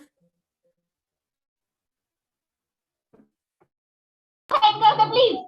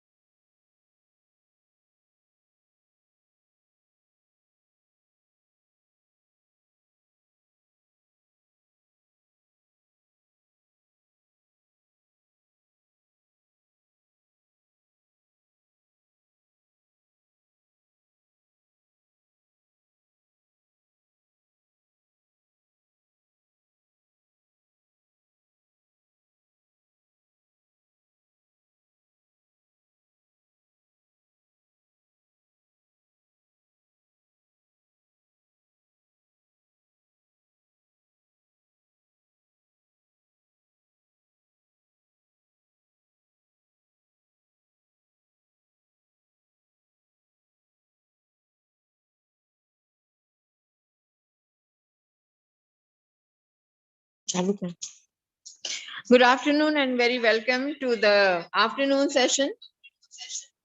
We have our speaker, Dr. G.A. Ghansham, already joined. We welcome you, sir. Now I will hand over the mic to Dr. Shruti Mukhia.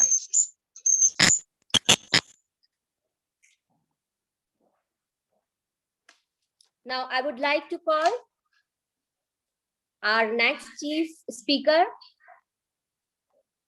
To welcome him, I would like to call the Professor Deepika Patidar to welcome our next speaker, Dr. Patidar. Thank you, ma'am. Good afternoon, one and all. It's a pleasure to introduce Dr. G.A. Ghansham, Professor in English and OSD Directorate, Higher Education, Raipur, Chhattisgarh. Dr. G.A. Ghansham has 23 years of extensive experience of teaching English language, literature, business English, communication skills at college and university levels. He has been working in various capacities in academic world, from being a HOD, Deputy Registrar, and currently as OSD Directorate, Higher Education, Raipur, Chhattisgarh. He has 14 books published and 94 research papers in national and international journals to his credit. His special achievements include being a Fellow of Royal Asiatic Society of Great Britain and Ireland, Fellow of Guild of Independent Scholars, International University of Humanities and Social Science, Escazú, Costa Rica, a resource person at many seminars, editor and member to many academic cum administrative positions. Dr. G.A. Ghansham is a knowledge seeker. Today, he will be speaking on the topic, Changing the Trends to Mend the Minds. Now, I request Dr. G.A. Ghansham to please take over, sir. Please, sir.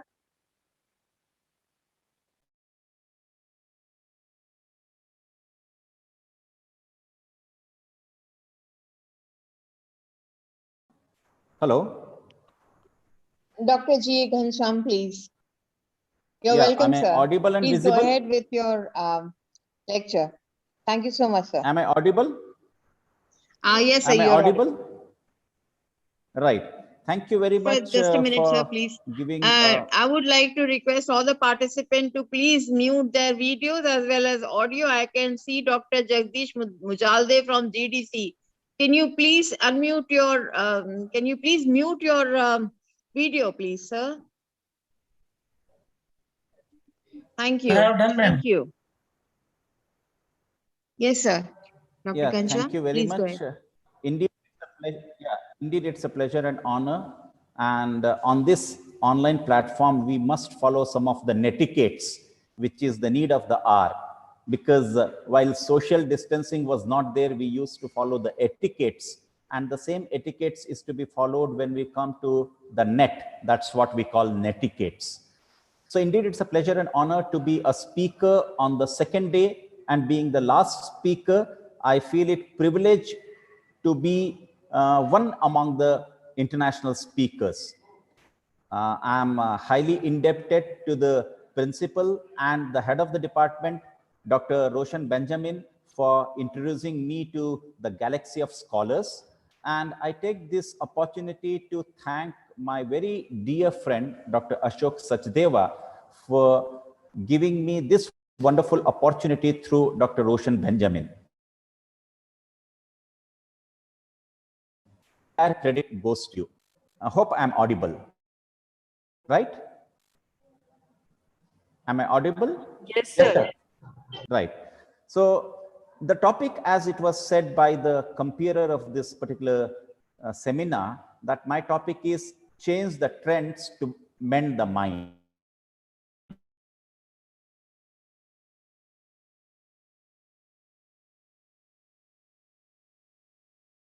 mind. So how to blend it, how to change it? Today's scenario has become a kind of a scenario wherein every moment there is a change is the need of the hour, and change has to pass through us so that we can change ourselves. The basic thing, minds, enlighten the hearts so that we can make our own society the best society of the world. And there were so many scholars immemorial, from the times immemorial, there were so many scholars who came to India for the search of knowledge. And India was the capital of knowledge. India was the country which used to show the light to the people, which used to show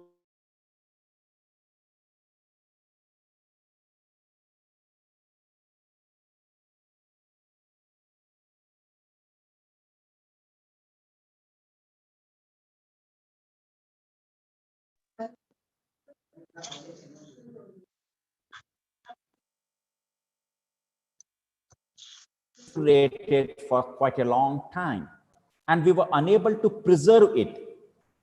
We were unable to make ourselves the Vishwa Guru, which India was. And later on, we have faced a lot of changes in our education system. And then we started calling the foreign education or the British education is the best education as far as we are concerned, as far as language is concerned. We have forgotten one thing, that India is a country which has immense potential in each and every one. We need to discover and we need to rediscover ourselves. The entire process of discovering and rediscovering is known as the change. If we really want to change the scenario of education, then we do need to change the basic perspective and perception of ours towards education. Ethos, Indian culture and Indianness has to be blended with the modern technology, with the modern scenario, with the modern trends. If we are not going to blend it with the modern trends, then we are going to lose our own culture.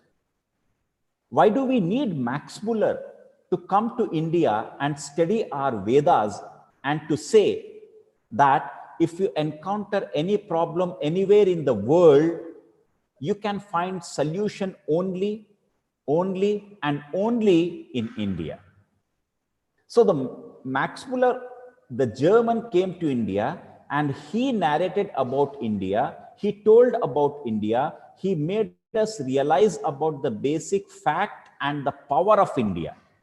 So Max Muller has changed the complete ideology of ours towards India.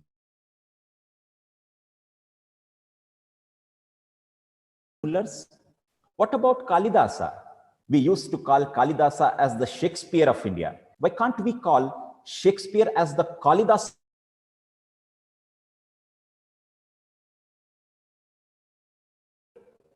Was the greatest dramatist of the world, even much superior to Shakespeare.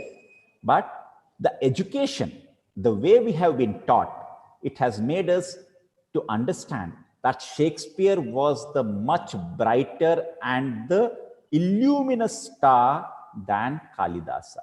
So we call Kalidasa the Shakespeare of India. But nowhere in the world people call Shakespeare as the Kalidasa of the Western world. That's the Indian ethos. Charak, Sushrut, Panini, the kind of the people which we had in the past has definitely made India the biggest country in the world as far as knowledge is concerned. Even today, when the seekers of knowledge, they come and they search on the globe, they find only one country in the world which can give them the light, which can guide them, which can make them the real philosopher, is India. Am I audible? Am I audible? Am I audible? Yes, sir. Yes. Yeah. In between, people are switching on their audio, so that's why I wanted to ask. So I was talking about all these things about Indian culture, Indian custom, Indian tradition, and how to go about it. Then when we say we are being the Indian and we need to have a kind of a entity of ours as far as India is concerned, then we need to look around ourselves. We need to change the scenario. And to change the scenario, what is very important in changing the scenario is the changing the self. When we change the self, then the self will be realized. So that's why my topic is blend the trends to mend the minds. Our future generation is looking at us. And if we can touch the future we teach, that's very important. If you cannot touch the future, then take out T. What remains is ouch, right? When we fell down, we say ouch. If you can't touch the future, then only one word remains is ouch. So let our students may not make ouch. So that's why we need to touch their hearts. We need to touch their minds. And we need to say to our students, one of the film of Shah Rukh Khan says, Main Hoon Na. So if we say, I am there for you, I am there for you as a torch, I am there for you as a guide, I am there for you as a friend, I am there for you as a philosopher, then you can definitely mend the minds of the students. And that's the need of the hour. And that's why Abdul Kalam has written, ignited minds. We need to ignite the minds. And when we ignite the minds, then we can really change the trend by blending the things. Because there are two kinds of situations which are available before us. And we cannot go by one. We need to understand both the situations. May it be online, may it be offline. May it be the Western culture, may it be the Indian culture, may it be the East, may it be the West. We need to blend it. Until or unless there is a blending, we cannot lend what I said yesterday. And if we are unable to lend, then we are going to end the very purpose of education. So education is nothing but blending the things. New education policy also says about blending the things. New education policy speaks about multidisciplinary approach. So we need to blend everything together to change the minds or to make the minds understand this. And these were the great minds of Indian writings in English. People say Indian writings in English is of a very lower grade. Think of these authors. Think of the big three, Mulk Rajanand, R.K. Narayan, and Raja Rao, the great trios who have made Indian English the magnificent literature of the world. Now we don't say Indian writings in English, but we say Indian literature. Why to categorize it Indian writings in English? We call it Indian culture. And Indian culture has become a part and parcel of the world culture. It's embedded in the world culture. Talk of any of the Indian writer, you will find the Indian writers have great amount of respect in the Western world. But what about the India? What about our own country? In our own country, we don't give the respect to the writers. Look about Premchand. Premchand has been translated in many languages of the world and even in English.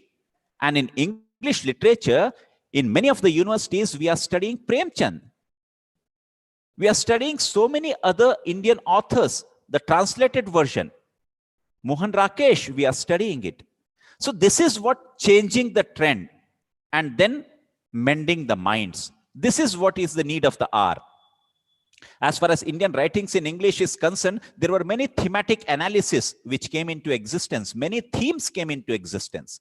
When the national movement started, nationalism came into existence. Sarojini Naidu, Sri Aurobindo, and Mulk Rajanand, even Manohar Malgaonkar, Jawaharlal Nehru, Mahatma Gandhi, these people, they started writing about nationalism.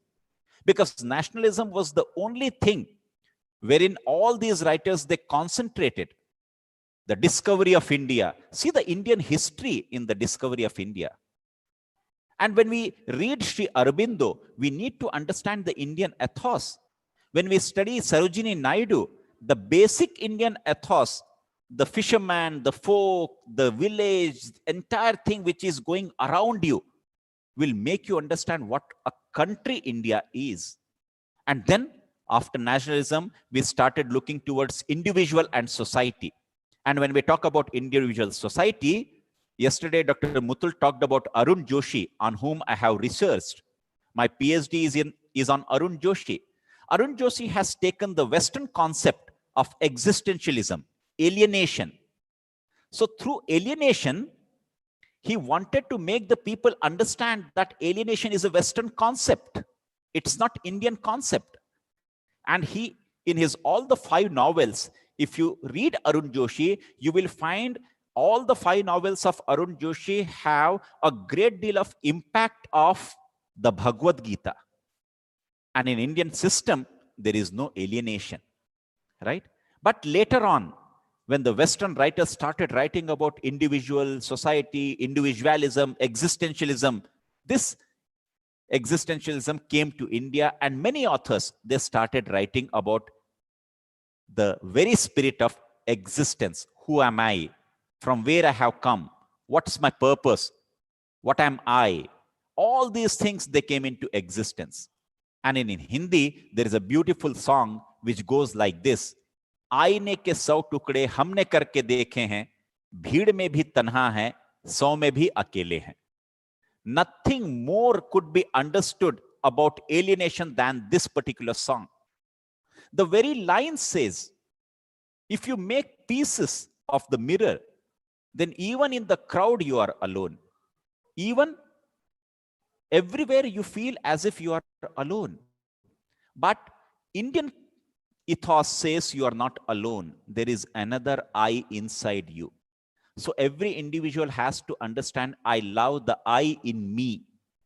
So when we start loving the I in I, then there is a combination, coordination, collaboration of the individual self. Then we discover the real self. And India is the only country in the world where you can discover your inner self. Then came the empowerment. I always talk about empowerment. Empowerment of an individual cannot be done without self-empowerment. When you talk of women empowerment, when you talk of empowerment of the students, only that person can do the empowerment who has empowered himself or herself. The person who can understand the power of himself. I am the power. I have the power.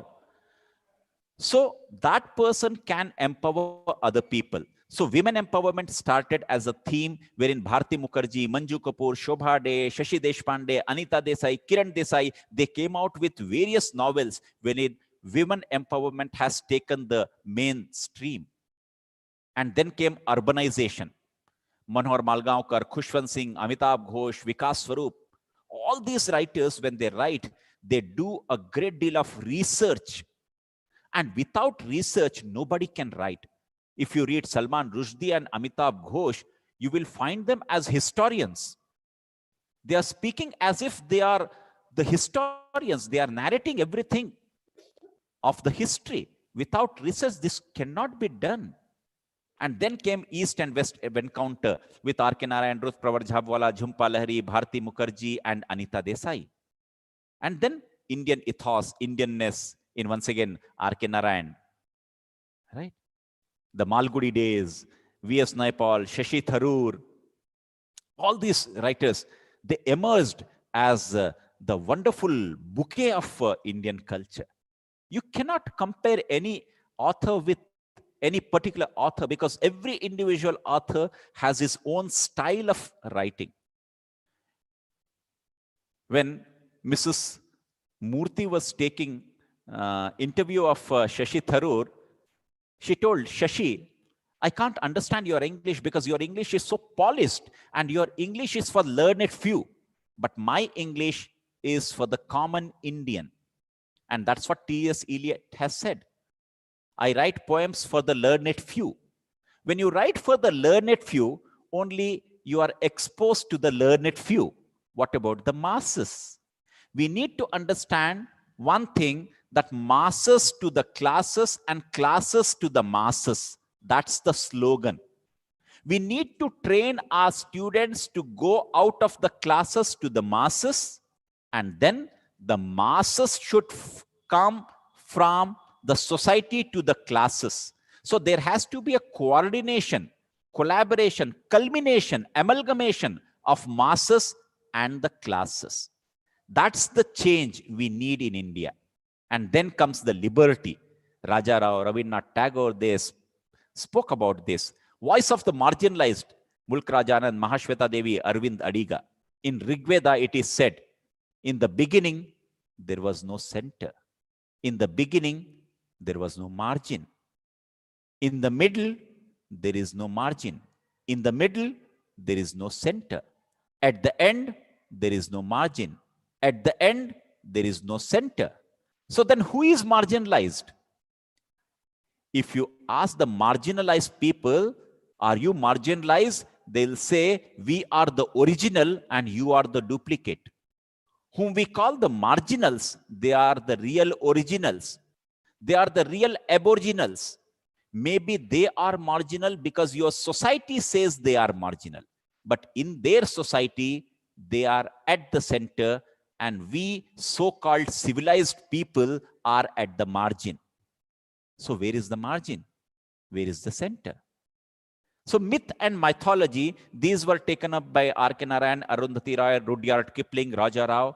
And then most of the modern writers, they talk about love, sex, and marriage because it is selling in the market. So the authors, they started taking the things which sells in the market. The money power, M power. When we call M power, it's not only EM, but there is a big M.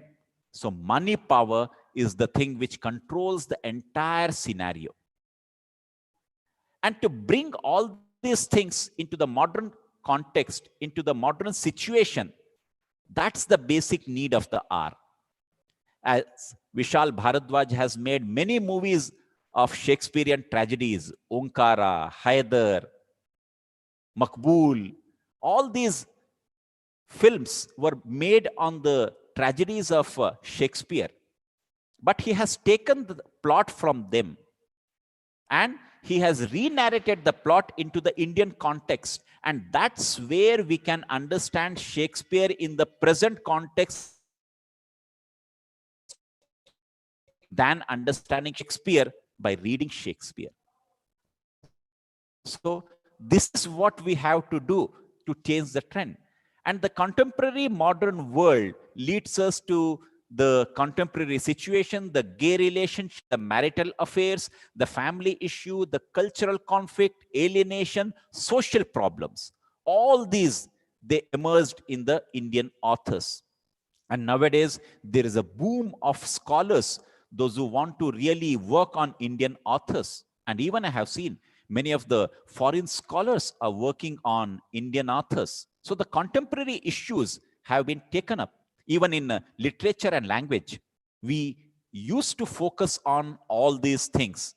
And when we focus on all these things, so these people have become the trend setter. Because these people have blended the things and they have become the trendsetters, like from Salman Rushdie to Sudha Murthy. I just talked about Sudha Murthy, right? So Salman Rushdie, who came as a flutter of the butterfly, has converted the Indian English literature as the biggest hurricane. And he is the one who set the trend, which was followed by so many authors.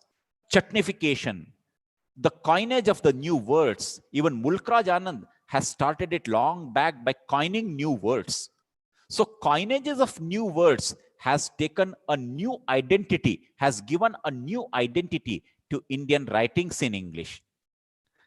As far as Indian writings in English, as far as changing the trends are concerned, Indian writings in English will stand second to none. Believe me, we need to understand that. We need to read between the lines when we read it.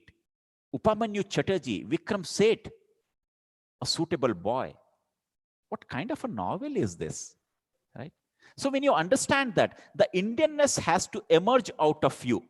And that's why the modern trends are feminist-centered approach, man-woman relationship, the psychic human state and the quality of life, college and corporate setting. Then Chetan Bhagat comes into the picture. Every individual who is studying in an engineering or professional college has a book by Chetan Bhagat, right? It has become a status symbol to have the book of Chetan Bhagat. The grassroots details of the socio-psychological, cultural, economic, and political history of India has taken its own place in the writings of the authors. And then the technique of hybrid language also came into existence. Then it started reflecting the history, society, political domain, economic status, and the tradition of Indian subcontinent. So all these things, they mingled with each other. And then they have given the Indian English literature the biggest canvas wherein each and individual can come and paint their own paintings. So from college, the campus novel, they also came into existence. So these authors, their form of writing represent the panorama of India as they churn out the various hidden issues under the surface of Indian culture and tradition. The form of writing got admiration in both home and abroad and heralding a new awareness in the domain of world literature. So these writers, they started gearing up. They started making people understand the very essence of Indian culture, the very ethos of Indian culture. And that's why I remember Dushyant here, who said, हंगामा खड़ा करना मेरा मकसद नहीं, पर यह सूरत बदलनी चाहिए, मेरे सीने में न सही, तेरे सीने में ही सही, हो कहीं भी आग, आग लगनी चाहिए, आग जलनी चाहिए. So the arc, the fire has to be there from inside. We Indians, we have a treasure trove of Indian literature. And if we know 2 languages, then we need to translate the work from one language to the other language to make the Indian literature the treasure trove of world literature. So translation and transcreation has to be taken into account.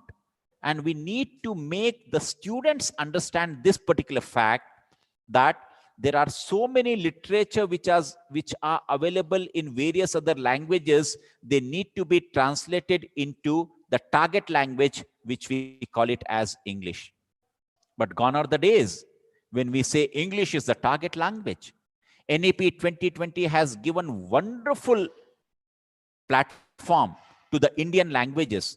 The Indian languages which have been thought as the languages which will never ever come into existence, will never come into the mainstream, have been brought once again to the mainstream through NEP 2020. So it doesn't matter which language you speak. What matters is what you speak, what you say, the way you say, the way you perform. So language has become just a medium. Language is never a barrier. We have to make our students understand one more fact, that language is not a barrier, but language is a carrier for career. You have to inculcate in yourself the capacity, the ability, the efficiency, and the power to convert the barrier into carrier, and then convert the carrier into your career. English can become your career also. Hindi can become your career also. A person who speaks very good Hindi is the need of the hour. We people cannot speak Hindi or even our mother tongue without using a single word of English. When you just see your own speaking, you will find there are so many English words you are using. And when a person speaks entirely in Hindi without using a single word of English, we say his Hindi is very difficult. Right? Hindi is much difficult even in comparison to English. So that's the need of the hour, to understand that we should have the pride of mother tongue. As far as I am concerned, my heart beats for Kannada. That's my mother tongue. But the blood which flows in me is of Hindi. And the mind always talks about English because that's my bread and butter. So when I have the amalgamation, the combination, the coordination of the three languages within me, I know how to deal with it. I know the purpose, the very purpose of language. Language never breaks people, but language unites people. The unity is there inside the language. And that's why the basic thing is the metamorphosis of a larva into a butterfly. The change has to be seen in the form of a butterfly. The students, when they come to us, they are in the form of a larva. And gradually the larva has to be converted into a butterfly to fly high in the sky, opening its wings. And that's why when Dushyant said, हंगामा खड़ा करना मेरा मकसद नहीं, ये सूरत बदलनी चाहिए, मेरे सीने में न सही, तेरे सीने में ही सही, हो कहीं भी आग, आग जलनी चाहिए. Dushyant said, आग जलनी चाहिए. But our ex-president of India, Reverend Abdul Kalam ji, has written wings of fire. He has given wings to the fire. Dushyant said only fire. But Kalam has taken another leap. He said not only fire is required, but the wings to the fire is required. That's we call Indianness. That's we call Indian ethos, wherein we put wings to the fire to fly high in the sky. We need to make the students the butterflies. We need to make the students the beautiful butterflies to fly high in the sky. And that's why we need to teach them not only Indian literature, but we need to teach them the Indian ethos, the Indian tradition, the Indian custom. And we need to make them understand and to make them to perceive the things, because perception matters. And what is education? Education is nothing but educate the nation. We need to educate the people. We need to educate the masses, because the masses will turn towards the classes of ours. So Indian literature, right from the beginning till the end of this beautiful planet called Earth, it will remain there. It will remain as a lighthouse of the culture. It will remain as the lighthouse of the world culture, and it will remain in each and every individual. So the time is to give maximum importance to our own culture, our own tradition, our own custom, our own languages. We need to understand. We need to rebuild India. We need to reconstruct India. We need to redevelop India. We need to relearn. We need to unlearn so that we can learn how to make India the supreme power as far as academia is concerned, as far as knowledge is concerned. We don't need any other person of the world to come and tell us about India. We need to know India. And that's why in Bhagavad Gita, Lord Krishna has said, I recite it, Mamekam Sharanam Vraja, Aham Va Sarva Papebhyo, Mokshishmami Mashucha. Renouncing everything in this world, come to me, surrender yourself to me, and I am the only one who can take you and lead you towards the ultimate goal of life, that's known as moksha. So to attain moksha, to attain the jnana, we need to go to the guru, the real guru, who can make us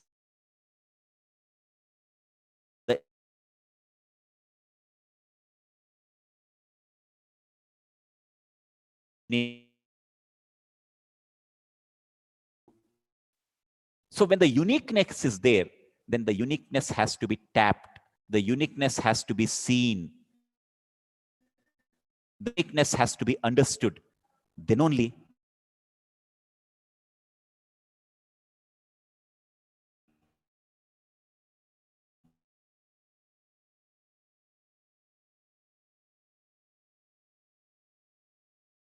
you are going to miss a wonderful person of this beautiful universe to converse.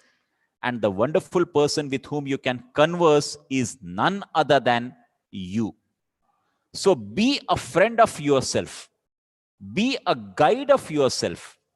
The glow of the heart you must see.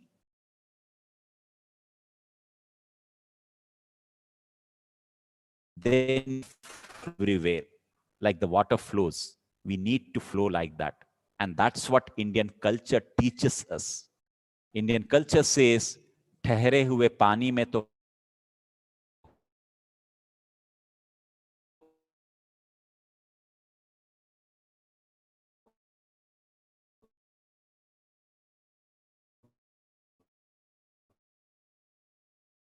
have come and they have joined in English, and every time English comes out, new word.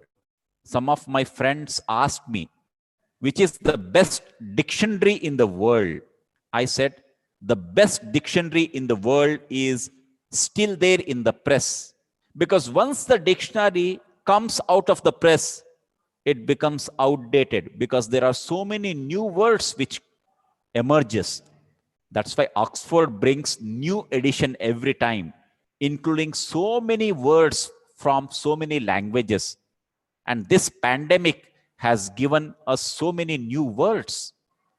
This corona has made us to understand corona. We need to do something. So, indeed, great pleasure to be an Indian and to know about the Indian culture, Indian ethos. Every individual, like talking about Dalit literature. Who is a Dalit? In a society of ours, wherein every individual is equal, who is a Dalit? Sometimes we too understand ourselves as Dalit because we are being marginalized, because we have not been given the importance, because we have not been brought to the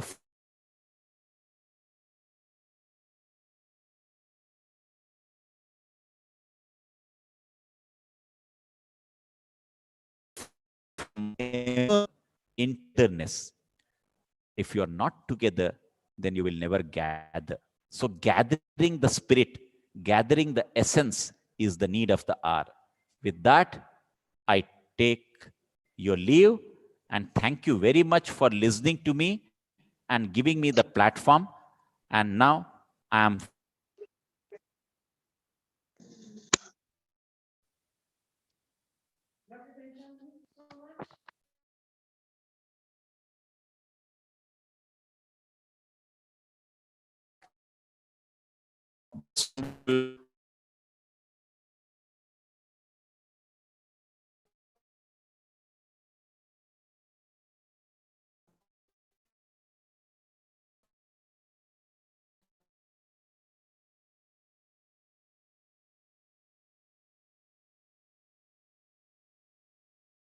समझाया था पिछली बार।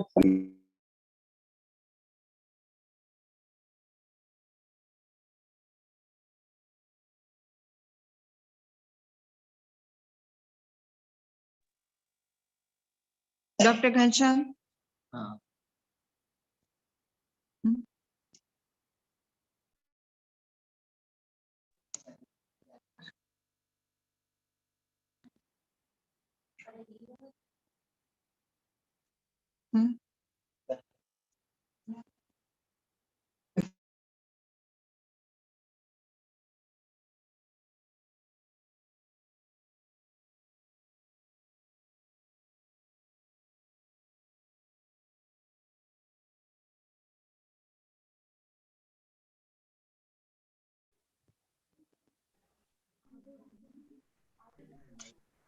Dr. Ghansham? Hello. Hi, sir. I Yes, think we ma'am. are facing some kind of technical glitch at your end. There are many questions No, that the audience... I finished it. So There are many questions Yes, and ma'am. compliments for you, sir. First and Yes, foremost, ma'am. I am ready for. Yes, sir. The people, I mean, like Yes. all the faculties and most of the students that have joined today's session, they are in praise for a fantabulous presentation that they have said. And thank you, ma'am. Thanks a lot. Honored, feeling blessed. So there are a few questions that I would like to ask you, sir. This is coming from Aditi. She's asking, sir, what is your take on the fact that India, in spite of having treasure of literature, still lags behind because we study American history of English literature, British history of English literature, but still short of having only post-colonial literature and modern writings in English. Is language the only reason for that?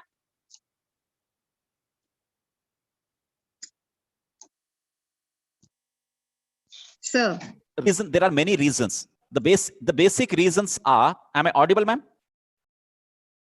Yes, sir, you are. Right. The basic reasons, we are the reason for that.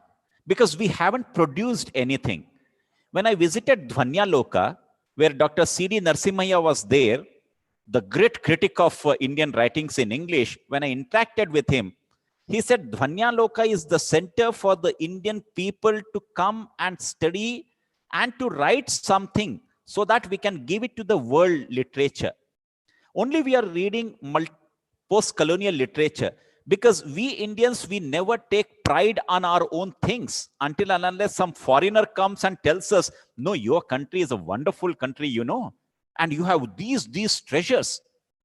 And before that, having all those things, we are unable to look at ourselves.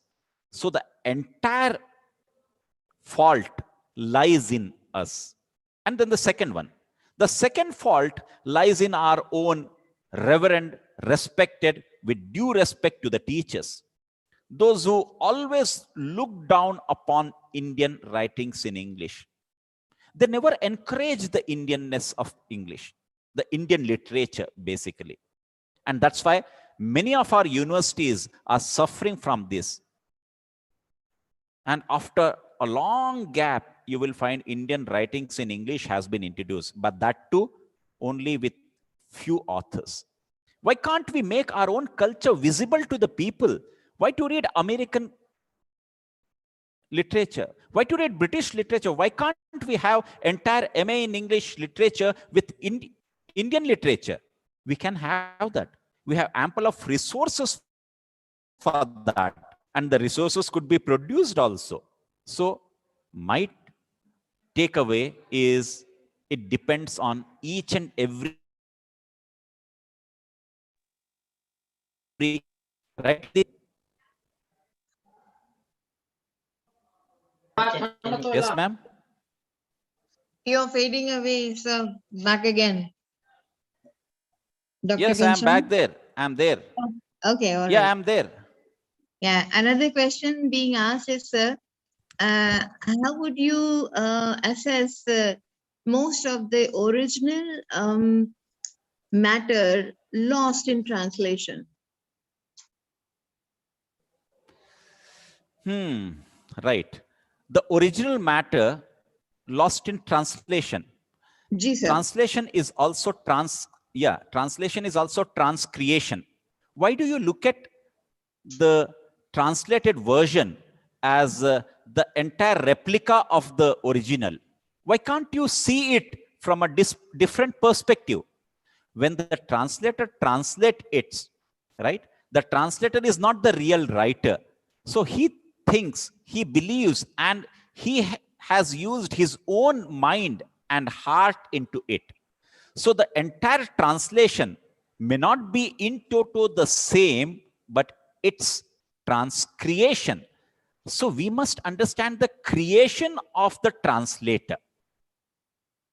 And when we understand the translation of the creator, then there will be no this kind of a thought. Like for example, I tell you, if you have read Mrityunjay, written by Shivaji Rao Sawant, and the same Mrityunjay, if you read in Marathi, the people, those who have read it in Marathi, they say the Marathi version is fantastic. But the people, those who read it in Hindi, they say there is no other work like Mrityunjay. So this is the way you take it, the way you understand it.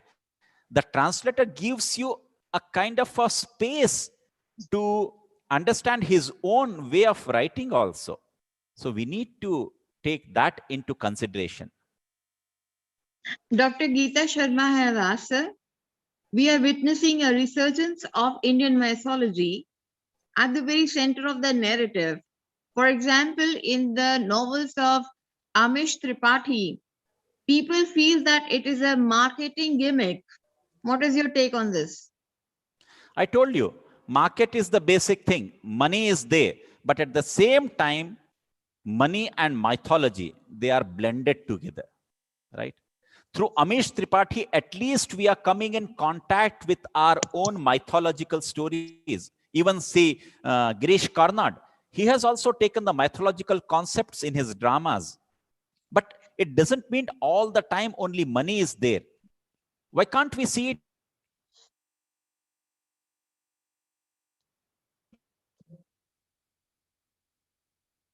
You're fading away, sir.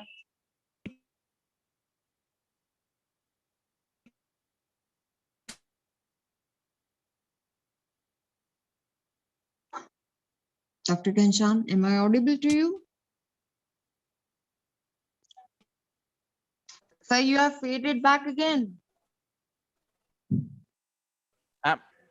Now? Yes. Now Yeah, is it okay? Now it is okay. I guess we are facing technical glitch at your side, sir. Now is it okay? Yeah, now it's okay, sir. Hello?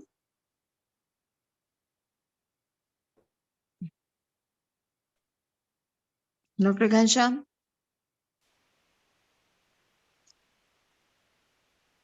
I'm really very sorry for this because I think so Dr. Ghanshyam is somewhere traveling and